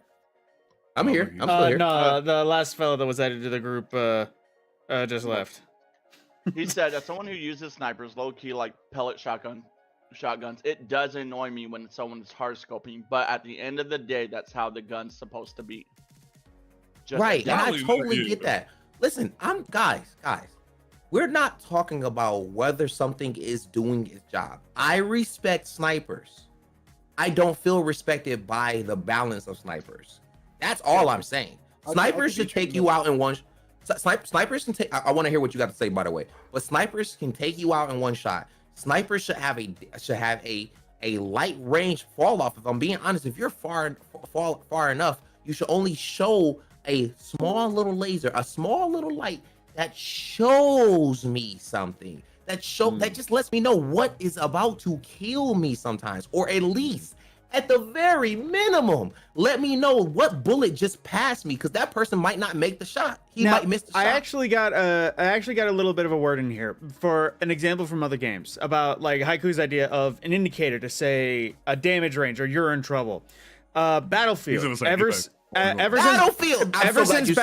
since Battlefield 1 back in World War 1, they introduced a mechanic with sweet spots where you could one shot to the chest if you were in a right range. And when you were downrange from that scope, the glint changed from a straight white glint to have a rainbow tinge to say, hey, if this guy hits you, it's going to ping you. I don't know. I know sweet spots have continued. I don't know if sweet spot scopes have continued to be a thing. But there has been other very PvP focused games that have included that. Granted, that Battlefield, that 64 versus 64 or 32 versus 33, is a lot more casual and open. So it's and a lot more wide scale. So that might make more sense there. But there has been evidence of a scope in other PvP games that does adjust based on level of lethality, let's say. And that was actually my argument that, like, guys, the sniper, most of the time, my frustration is not being killed by a sniper. Please let me make that clear. I'm not mad getting killed by a sniper. I'm mad that I don't know he was there. When a shotgun kills me and he kills me really, really good, I don't get bothered. Why? Because typically I already know that this person who's running at me with the light has a shotgun. That's enough indication for me. I'll even say based off what like someone in Jolly Shed is even saying, where they said, nope, sorry, this won't work. Adding a glitch or a laser will make me never challenge a sniper ever. And it's like that definitely is a good point, because unless you just have the dumbest of the dumb person walking into a lane at that point, it becomes straight up, you'll never get a sniper. I got it. Well, and I'm gonna be real with you. That's not true, because even when I know a sniper is there, I'm going to challenge the sniper. When I peep him and he misses a shot. But why would you take that risk just in case? Because for one thing, I'm not a bitch. Okay, well I mean, the fine line between bravery and stupidity, lads. Well, that's contradicting to itself. You can't say that line, but then also ask for more handicap. Like, I want more awareness that the sniper is there. Well, I will say this. Right. Anyways. I will say this. The reason why I want the light is because I want to go beat his ass. I know a person is around me because of the radar. I know a person has got a shotgun or LMG based off his light, and same thing with the sniper as well. But the idea that this guy got the one up on me because he's off radar in the bag, aiming down, it infuriates me, and I want that opportunity. I'm not saying that the light should be this I got you, thing where, it's not about what happened, it's about what it means. It's what it means to me. It's like, I just want to know who did it before he gets a kill on me. I'm gonna say, even if I got kill cams in this game, I would still be confused on what killed me. All I'm gonna say. Yeah, I'll give him that. I would still be confused. I'm surprised that hasn't ever been a mention in take. Destiny. I don't know if anyone's ever talked about kill cams. Kill cams and map voting, pre-lobby map voting. Why is that not a thing in 2026? Because at that point, actually, that's crazy statistics where some maps are never chosen. Yeah, I do. There's gonna be Javelin and Burnout all the time. Okay, so I'm glad this is a great segue, because I want to move to round 2 of PvP, because this one's a lot more fun the way I asked the question. But I will. Oh, yeah, I got you too. Actually, I'm not gonna. But I do want to say this one thing. I am not an advocate for handicapping anything in the game, right? Like I'm not an advocate. But to some people, you're advocating for a handicap is what the issue is. I am advocating for me to be able to keep slaying out. Because at least the sniper will let me know. I mean, at least the light will let me know that, hey, you challenge this lane, you better be prepared to do what you got to do. Because just because you see the light doesn't mean you're going to win the fight. I think people don't understand that. Just because you know that there's a sniper on the field, like Battlefield announces, doesn't mean you're safe. It just means be more situationally aware of your surroundings, because one thing that we might all be forgetting is all the maps on Destiny are small. Even if he is all the way in the back of the corner and everything, he still Have has you a heard of- range where have he you heard goes. of disjunction? Disjunction, yes. Disjunction, yes. I know. All right, hold on, calm down. But there are still maps that are so small that they still go off radar at certain ranges. And once we just, all I'm asking for is like, hey, just give me a chance to be able to know who's the bitch ass whore that is looking Whoa. at me. That's all I want to know. All right, hold on. Chat. I don't I think you like understand snipers, you guys y'all. are kind of with me on these takes, but let's stuttering now. Please keep it respectful, okay? He's just stating his opinion. That doesn't make him a bad person. Everyone's got Please that keep it one bit respectful. about Crucible that they want to change forever, but we all know that most people would probably hate. Everyone's got that kind of take that somebody wants. Remove hunters. Fuck them. You know, that kind of thing. I'm still Holy crap. remove hunters and Titans out of the game. That's where I might stand. No, What no, time? just What did I Hunter- do? We're catching strays, JP. We're catching strays. What did I Hey, do? my original offer was a mode where there's no snipers, no shotguns, and no fusion rifles. Primary. You Just want a no crucible mode. special period. Yeah, exactly. That's all that was my offer. But hey, I don't want to take a pic with fun. I just want to know who the bitch ass that's being a pussy in the back. That's all. That's all I want to know. I just want to know you over there all the way in the back waiting for me. He said, I just want to know. I just want to talk to him. He said, I I just just want want to to talk to him. In a perfect world, I can't meet you in the PvP middle. would a little only be bit. solar warlocks. In a perfect world, solar warlocks would be the only thing playing. With Oh, snap dear. skating. Yes. Snap Snap skating. skating. Yeah, bro. What? Oh, no. Why did we even nerf snap skating? Why was that even? Why did you even waste dev time on that? Snap Also, by the way, when I skating said when I game. when I said bitch ass whore, I'm just talking like this is like gamer banter. I don't really. This is not, I'm not attacking you personally. This is just like shit talking. But Haiku, I let's can't move with on. you. Yes, I can't yeah, with go you. ahead. Let's move on. Yeah. Yeah, Yeah, what yeah, I what's- say was, I feel like the indicator for specials are great, right? But I feel like the longer it's out, the brighter it should be. I don't think it should I like just be that, sniping. yeah. I like that too. Yeah, if a guy is aping like- and he's got like a beacon saying demands a shotgun ape, saying this guy is coming. Oh Lord, he coming. Yeah. So instead of just punishing snipers, we could punish everyone. Because I mean, slug shotguns are still a problem. Fusion rifles are a problem. Snipers just got there because snipers have been underrated for so long, and we just got that flinch buff. I've been using snipers since D1, so snipers are just now getting here, especially with the you could pick up 2 rounds off the floor now. So snipers are just getting out. But I feel like if that flashlight kept getting brighter and brighter, the longer you held it out, it would be way better instead of a laser. Especially if you across the map. especially if you decide to stay back there and you already got 3 kills from that position. Guys, Exactly. at what point do we look at this and be like, all right, bro, like, are you a man or are you like this is not Ghost. This is Crucible. This is You're not this is Bravo Guardian 6 versus gone dark. Guardians. That's all I'm saying, bro. Like there's not enough of it. But let's move on. I appreciate you guys, and I'm not attacking you personally, but go fuck yourself. So PvP round 2. No. And Jolly, by the way, I don't take offense. Like if I don't take no offense at all. Like you can say everybody feel this free. The point of debate destiny is not toxic positivity. It's debate destiny. That's the whole point of it. So everybody should be clear on that. Jolly, you were awesome. JP, you're awesome. Even for like you were like, bro, I'm on your side. And then you turned against me. I'm like, bro, do we need to 1v1 this? Here's the thing. I get what you're saying about the laser, but then dude just hit the best way to compromise with it. Where it was like, because I see what Jolly's saying, and I see what Jolly's chat's saying. Like, you get like there is a learning philosophy to Crucible, especially once you get to the higher levels, where if you choose to keep walking in the middle of endless and get your ass shot, that's on you, homie. There's a limit to where I have That's my Darwinism. I That's give why a you shit. have a hole in your skull. Agreed. Right, Yeah, where it's agreed, like, agreed. there's only so many Yeah. times where you can get hit with Cloud Strike before you're supposed to have fouled out. You Yeah. kept fucking around and you fouled out real quick. How many times that But dude I uses a will- glacier grenade to get that? Okay. peak and take a whole season? Somebody in chat has said this has gone on too long. I agree, and I apologize. That's really my fault. But we're gonna leave off with the baby beast. What's your CPR for PvP? Like, what would you do to save Destiny? All right, so it does bring me a lot of joy to see like a lot of these guys are kind of at my skill level, so it's really nice to see like high-end PvP players, right? But you guys are gonna hate me for this take, and we're not talking about pure balance, right? We're talking about like bringing the game back, right?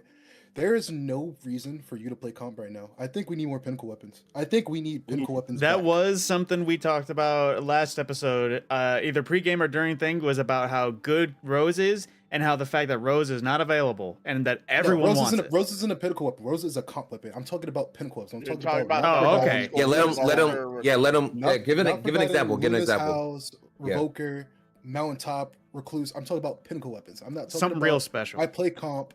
I go get my 3 wins and I get a drop. No, I'm talking about you need to hit half of the comp rank and you get this weapon, and this weapon comes with this roll, probably 3 perks since we have tier 5s now. You get this god roll, and then you go to the max comp, you get your emblem, and then you get like this same weapon but like way better stats and probably a different name or adept. Like I think we need pinnacles back. Can I ask? So, or would it be like how it was when you say? Like, what's an example of a pinnacle weapon? Well, no, hold on. Is it going to be like Revoker? There was only one thing of perks. There was nothing else. No, I think like. But the perk you got was a special perk that was not on any other gun. Because if that's what you're saying, I'm okay with that. A static unique perk. I would. But then here's the problem: we would go back to the issue that they were having before, where Recluse with Master of Arms, which I don't actually have a problem with this, but I can see where it will just revisit a problem we already have. Is where people who can't reach that rank, right? Never see that perk for the history of their lives. But the problem is that perk is so good, like I'm okay with it because I know I'll get it. But that would be a elitist take because I know I'll get it. But Bungie will never be able to stop all the crying because that's what happened with Mountaintop. No, Jolly, you do have a good perspective on that because I was one of the people that didn't get Mountaintop when it first came out. I didn't get Recluse when it first came out. I didn't get any of them until Revoker in Season of Opulence. I got all 3 of those at once because every time I tried, I was not good enough to get Mythic, and it was a bit of a stinker. To the PvE side of things, look what happened when we had rewind rounds or reconstruction. Only on raid weapons, and then randomly we all woke up one day and rewind rounds and reconstruction were appearing on world drops, and we were like, what happened to the prestige of raid exclusive perks? It was good for the sandbox, but it made everything less unique. Yeah. Well, and here's a controversy. I don't think Pinnacles would have ever stopped in PvP if Recluse and Mountaintop weren't so good in PvE, because that's where it was like that was where, because it was almost a requirement, right? Like back in the day where D1 you needed Gallowhorn, like those I would argue as good as they were in PvP, they made more of a staple in PvE due to their perks. Agreed. Like I remember Crown, like it was Mountaintop to shoot the dude's hands, and Recluse was your main like stay alive perk because it would reload with like Luna boots and will. So I mean, we will never know. I want to hear. I want to hear the baby's beast answer to your question too, Jolly. Like, what? Oh yeah, go for it. I feel like it could be like broken for like a season because that's how they usually all are. But then it could come back next season, and the perks could be on different weapons, and then like it could be nerfed down a tone down. Like it should be like, okay, you made it this high, you deserve to have this special. You get the perk first. Yes, like timed fire. That's actually a good take. Timed exclusives, I like that. Ooh. My suggestion to that to make it better though, it wouldn't be essentially the same thing, but I know Apex did this. Is what are you know Huska Pit or whatever, and you got the gray version, right? But every rank you got up, it would unlock a new perk on that. To tier 5. And then you could, and then once you got to tier 5, like, well, not tier 5, but once you got to like Ascendant, it would give you a choice between perks. And if you want to re-roll it, you would have to get to the next, like, it would be Ascendant 1 or Ascendant 0. But that would be the only way. So it keeps incentive to get you all the way to Ascendant to unlock, but not everyone's going to pick the same roll. Like, it needs a wide pool of I like that. you can throw on it. I like that. I think they could implement all of them. I think every single one of them, like it could be 2 weapons and one with jollies and one with the baby beast, because Because an that emblem's will not really enough. make it. The emblem's not enough. You said? Yeah, my bad. I cut you off, but No, you're fine. We were all cutting up. It's all good. I love. yeah. Look, you guys anyway. Ask JP. I love my emblems. Ask chat. I love them. They're like it's like a brand new pair of shoes when you get one. But in going Ascendant, like I'm still able, but come 35, I don't know if I'll still be able to go Ascendant. But it's just not enough because not everyone cares about pixels on their screen like me or someone else who likes the Ascendant emblem or upper No, echelon I disagree. emblem. I think that emblems, ships, shaders, and like glows or hoverboards or sparrows should be the prestige of comp, of trials, of what I want to do with Iron Banner and retool Iron That's Banner such to a be a hot take prestige to me too. That is Like, such a hot take to me, but it's not even a bad one. because that's the thing that nobody can argue is if you have the best drip in the game, that means you had to work for it. That means like a perfect example is what they just did with trials recently, where they put the trials of the 9 shaders back if you go to the lighthouse. That is a reward that you only get if you go to the lighthouse. I think it's like a 0.1% chance of it'll drop from a win or a loss. Like you have to grind your ass off to have a chance for that shit. Versus if you have a gun. Cool, you have a gun, but I have a shader that I got from going to the lighthouse. Only I got from getting the prestige of that. Where like even right now, I'm chasing the trials new version of the bug ship. You can only get that shit from going to the lighthouse. I'll say that there's a world that this can, if all of this can exist. Like I think that should be in the game. They did put their PvP on Marathon and kept them over on PvP. Okay, so we're gonna let's move to the full fun one because I'm glad that you said that, Jolly. So now we're gonna stick to PvP, right? But now what I want you guys to do is I want you guys to make Destiny's no longer in CPR mode, right? Now we're just living. Now we're living in a life of abundance. We're living in a life of abundance, right? Everybody's happy at the base level. We're just saying base level. Bring in something in Destiny's PvP that will literally be a golden egg, if you will, right? So it's like, bro, what? Oh, no. A forge, a game mode, a perspective, a weapon, something fun. And this is still PvP basis, right? This is still PvP based, right? Okay. But it needs to be fun. I don't want to hear the same old like SBM can do this. None of that stuff. I want something that's tangible. I want something that's like how they brought in Brig. When they brought in those the fallen Brigs and everything. Like something cool like that. Let's have some fun. We got really serious. Let's cool down. So we're gonna start off with Jolly because Jolly is that guy. Like let's see what you got, bro. Like what's one thing that you bring into PvP in a life of abundance? You didn't even ask for PvE, but I actually think this would fix both. Forge. Okay. Like a forge type. Like if you see how Halo players just built a raid. Creative Forge. Okay. Yeah. Like in this actually instance all the way from the first part of this whole argument, if it being on life support, let the player base design their own maps, their own. If Bungie keeps reusing assets, why can't we use them? At that point, and then Bungie, you don't even have to do anything at that point. Let us take it from there. They rely on the community for testing, and then why don't they just use us for other things? So I actually did see in the Astacross video that this was brought up. The Forge mode has been brought up, but they have to pull so much teeth just to get anything added into the game from the CEOs that they can't do it.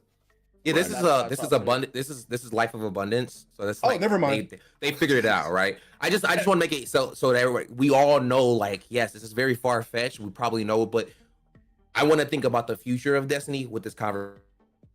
So that would be my answer. Forge. Let the players take control. Let them create. That would be mine.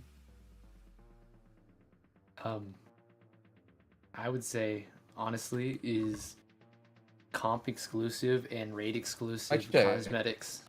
Yes. Yeah, I'm Yeah, okay. My check. Comp trials and Iron Banner exclusive cosmetics. Same with raid exclusive Make it cosmetics. The higher you I go, keep the going better. out, guys. I didn't Oh, so, I didn't yeah, hear no, I hear you, didn't hear but this. What happened?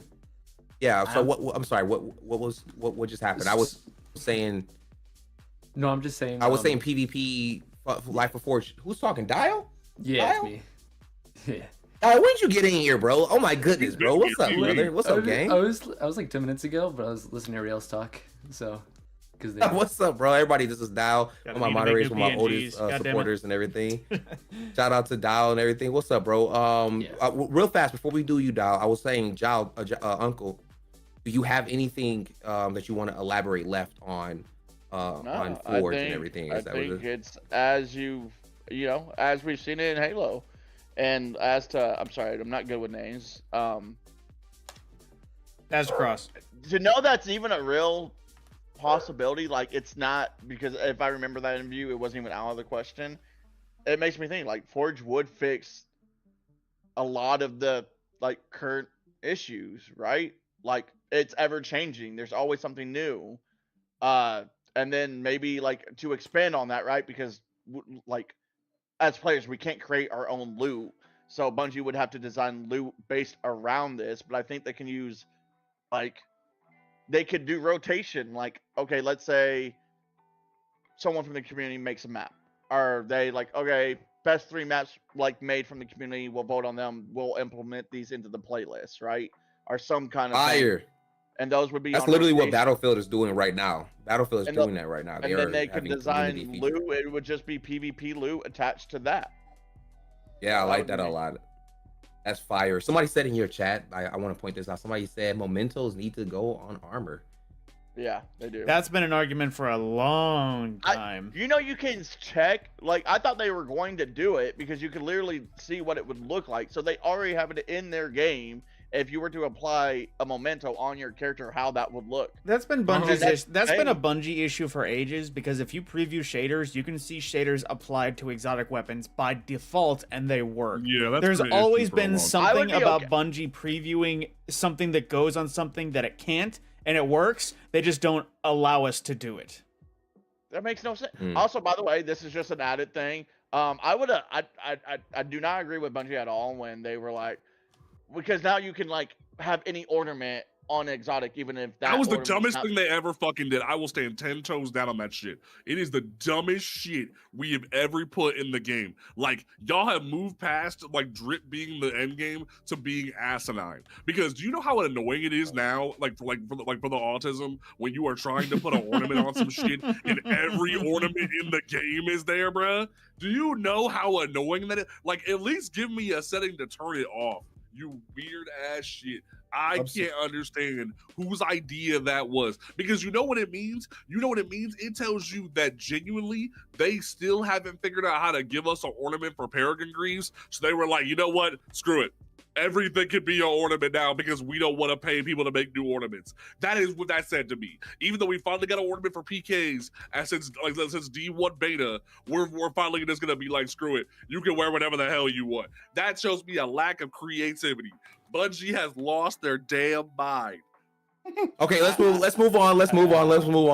Because I like it. Okay, because I be, you know what happens? I get so stuck. I like what y'all be saying. I get so stuck in it, and I'm just like, wait. We gotta keep it moving.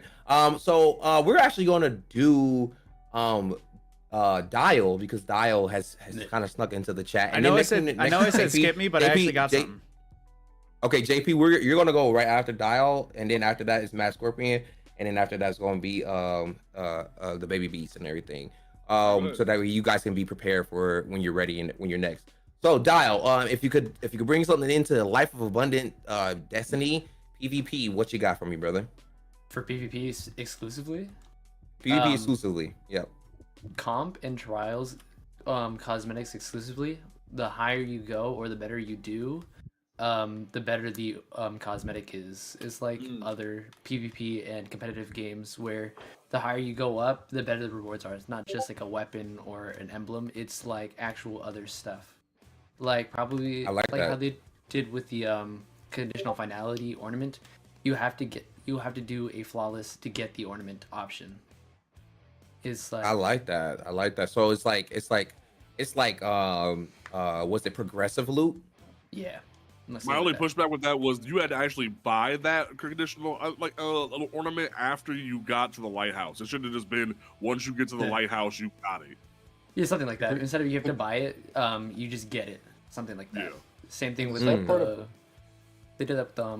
What's it called? Also, Outbreak Perfected with the Trials of Osiris skin also. Yeah, I the like sad that a part lot, about actually. That ornament though is that you don't need to go flawless anymore, so they will have to actually like stick to it instead Yeah. of just like making it flawless when it comes out and then like making it okay. You can just buy it. Like they have to stick to it. Yes, agreed. Yeah, no, Because- that's a really good one. Oh, sorry. Go ahead. Go ahead.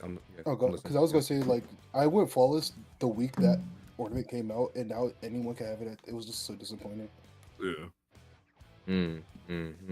All right, so we're gonna move on to the next one because that's actually a really good one. As long as you're good, Dio, got anything you want to flesh out on that, or are you all good, brother? No, that's just the better you do, the better cosmetics and stuff you get, or different. The higher you go, the more rare it's gonna be.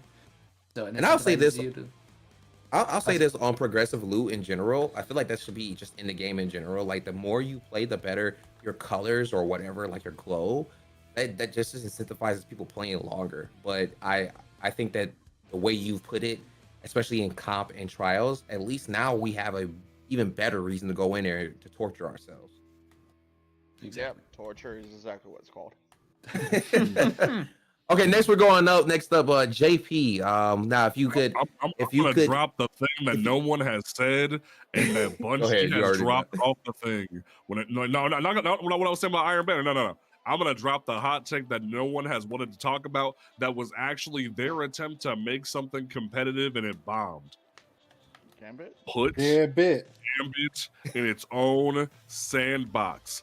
Give Oh, us the PvE, Gambit that we should have had from jump. They had a whole event when Gambit first launched where it was supposed to be like Fallout was a commentator. You had like whole roles that were each person.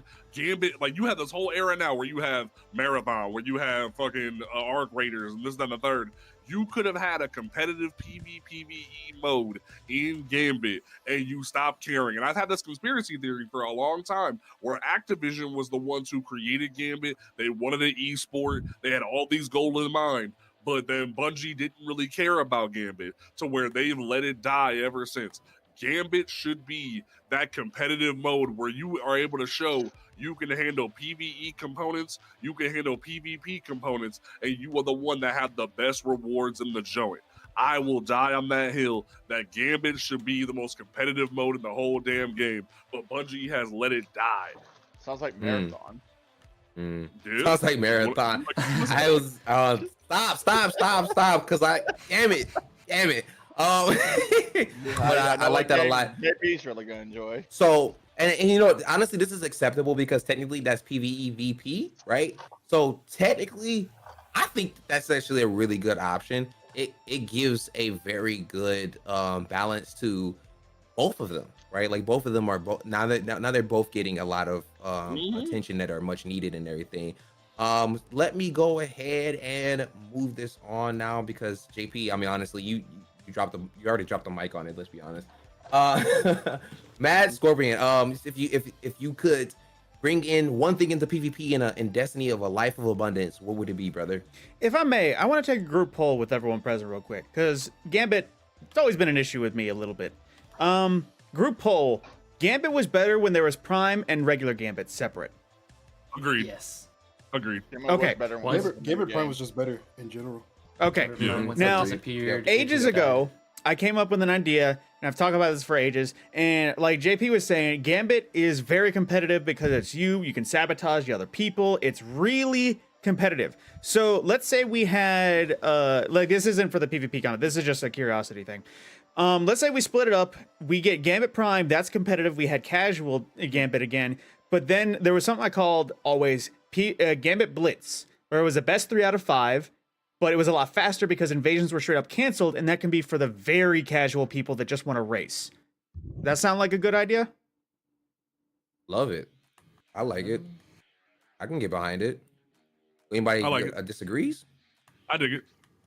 It's So no Like, PvP it at that all. was- sounds like something- a good idea No, on it's just- paper, you have but to I show don't that you think were a the lot of people fastest play one to it. get the moats banked and kill the Pretty boss. much. I There's like no that idea. invasions, no sabotage. It's just literally No, get those moats then you and kill that removed it. Prime.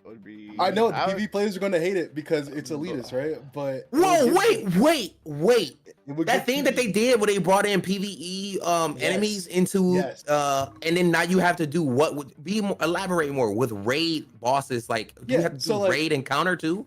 No. It's just like imagine like you spawn in random boss, right? Let's say Uh-huh. like, Javelin, War Priest is in the Like- middle, and Or you- like you- randomly just Ravens chilling it's up in the joint. But how like do that. you kill it though? Like do we have to do the mechanic or is it still DPS? DPS him, bro. DPS him. Okay, so him. DPS. So Um, guess what? You spawn in. We're at Javelin. Gorgon is in the middle, bro. He's just gonna be shooting the void balls at you, bro. You either you kill your enemies or you kill Gorgon. He drops motes and heavy ammo. Bro, that is a wild suggestion. As a matter of fact, I don't know if I can put that on the list, but I like it. But fuck, bro, like God, listen. Let me hold on. Somebody said in your chat, Jolly, they said headless mode, and I'm not gonna lie, that's fucking fire. That was the mode. That was the mode it was called, and it was the headless mode. It was Yeah. just it dropped the headless You right see, in the middle. Oh, is that the name of the? Is that was the name of it? Yeah, Headless it mode just wasn't dropped- it? Because they would just Oh. drop a Right in headless, the middle of the map. one in the middle of the Halloween map. Yeah. Okay, well my suggestion to it is headless mode, where you go into a crucible match and nobody's got head, so it's all DP, it's all body DPS. It's all body. Okay. Oh no!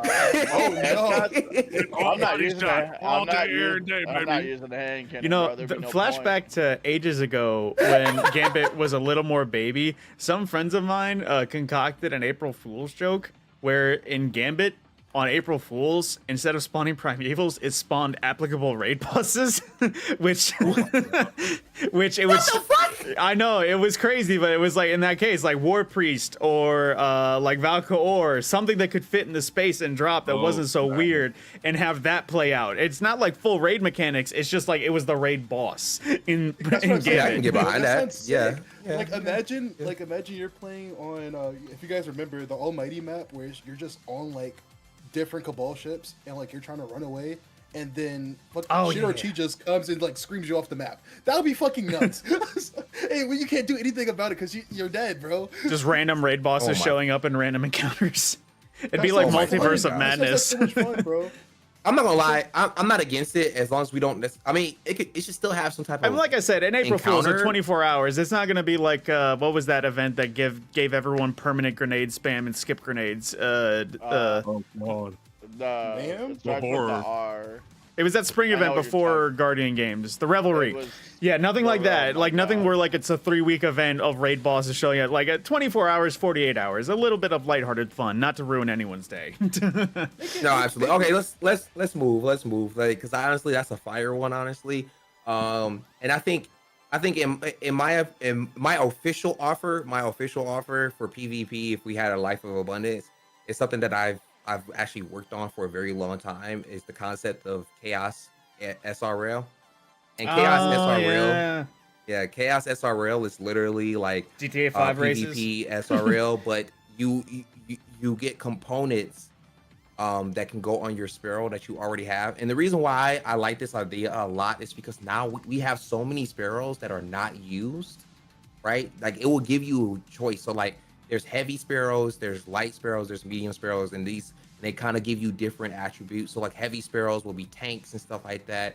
And light Sparrows will be the fastest, but obviously they're the weakest and everything. But you can, the way you upgrade your Sparrows, your Sparrow chassis, is by actually putting components on it that could be like a machine gun or a laser or anything that stuff. But the only way that they get activated, the only way the weapons get activated in Chaos SRL is that you pick up charges, sort of like how it is in Mario Kart and everything. Where you I have was to just pick up thinking, an it sounds like a engram. Mario Kart party mode. And literally it could be an engram that's like dropped on the ground, and that's how you activate your weapon. It's not that it randomizes your weapons, right? But you get components, and the only way they get activated is by picking up engrams on the ground, and then they turn on and everything. And the only Hey, real and quick, also real quick, we've also- been here for 3 hours. I'm a dip. I appreciate y'all for letting me be. A actually, yeah, part of we were this. about to wrap it up. Yeah, we're definitely about to wrap it up, brother. It's like, Yeah, I'm we're hungry as hell. So Bro, I'm a it's- dip, but I the appreciate y'all longest letting me one. be a part of this. No, I appreciate you, bro. Thank you so much for joining today. Yeah, We are wrapping up, by the way, guys. So this is the last offer and everything. But Yeah, in Chaos SRL, you got to pick up an engram, and everybody gets access to the engram, so you're not just out of it. But if you don't pick up one, like your bad driver and everything, you got to play real passive. But the beautiful part about it is, you get powers. So your powers come into it and everything. So you can actually like you can shoot your chaos reach, you can shoot your tether to slow down other players, but so you can get you to lead. And you have to still build it up. You still have to build up your super, but you also get your passive powers. You get things like your grenade, you get things like your melee. You could actually smack somebody on the side of you with your melee, and they're next to you, just like you could kick somebody in like I forgot that game, but you could kick people like on motocross and stuff like that. And that way, you know what I'm talking about. And that way, Chaos SRL not only brings back SRL, but it's only on the weekends. So you get regular SRL during the week, and you get Chaos SRL like Trials of Osiris. And the way you get components is by competing in SRL. So now you have a reason to go in SRL. You can actually get the components. You can play very casually and everything. And then when Chaos SRL comes around, now you can pull those components, put them on your thing, make your actual build, craft your Sparrow out, and use them against other players. And yeah, I have a whole, I actually wrote it out like balance wise and everything, like how much it is. Like you could drop a bubble and it will literally be like a wall for people. Like it will be like a wall for people. Like they can't go past you, but it protects you from damage and everything. You can even drop your Titan's barricade behind you, and people could crash into it. Depending on their health level, they could actually blow up. And that's my thing for PvP if we had abundance. That sounds cool. Too, Jack and Dagger sounds pretty sick, bro. Exact Jack X. Exactly, y'all. Exactly. And it's something that I'm actually planning on doing a video. But hey guys, listen. Thank you so much for joining. Jolly, where did you go, brother? Like, I'm making noodles. You're making noodles? Okay. Jolly dipped on it. Somebody said I have a really good way to like give the viewers and just you guys to think about something. Yeah, what's up? You haven't. In the matter of when you went around asking everyone, I think everyone came out with what they had in mind, and it only took everyone like maybe 2 minutes, right, to come up with some. Now, granted, I'm sure none of us have dev background experience, and we don't know the fundamentals of how to design these things, right? Yeah, no, all armchair dev. But how come Bungie isn't having these same kind of thoughts? That's where I think the lack of passion is coming from. Because if we, like, if you told everyone come up in 2 minutes with an idea of something else other than what you already said, I'm sure everyone in this call could think of something. So why is Bungie not doing it? I'm sure they do at those creator summits, but we never actually know. Right. Yeah, we talked about that. It's not even enough, bro. I just think the upper management is just not even trying to. I don't blame the devs at all. Upper management. Yeah, right. No, I blame that. I think the devs, because you hear the stories, the devs are trying. They have to pull like teeth just to get any kind of push forward, but it's not the devs. But that's where I want to give the viewers and everyone to think about. It's kind of a sad thought a little bit. I like it. No, I like it. I like it a lot because it's a valid question. It's actually the reason why I started Debate Destiny, is so that way we can have a better way of conversations of like, hey, what is the problem and let's address it. Because see, for me, like I said, I know my take was a hot take. Snipers is absolutely a hot take, bro. I know that, but this is like my safe zone to be able to say that and also hear other people's way of fixing it. Because bro said the light gets brighter. Boom. I'm happy with that. I would be more happy with that. That sounds awesome to me. So that's the point of Debate Destiny. So that way we can give something, a voice to everybody. I want more people to come into the chat, guys. I want more people to come into the chat and say, hey, I like this, but I don't like this, and I like this, and I don't like this. Instead of it being the same fucking conversation.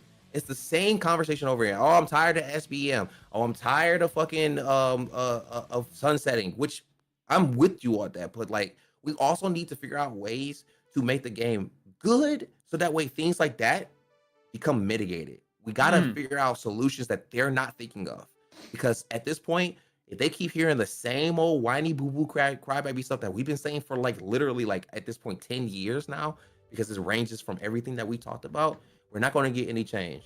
But thank you so much for everybody coming out. I really appreciate all the likes. I got 7,000 likes on this. Shout out to everybody that gave likes. Shout out to everybody that came into the fucking chat. Shout out to JP, who was too hungry to stay for the ending. I absolutely appreciate all you guys for coming through and joining. We will next Thursday, we will be talking about elitism.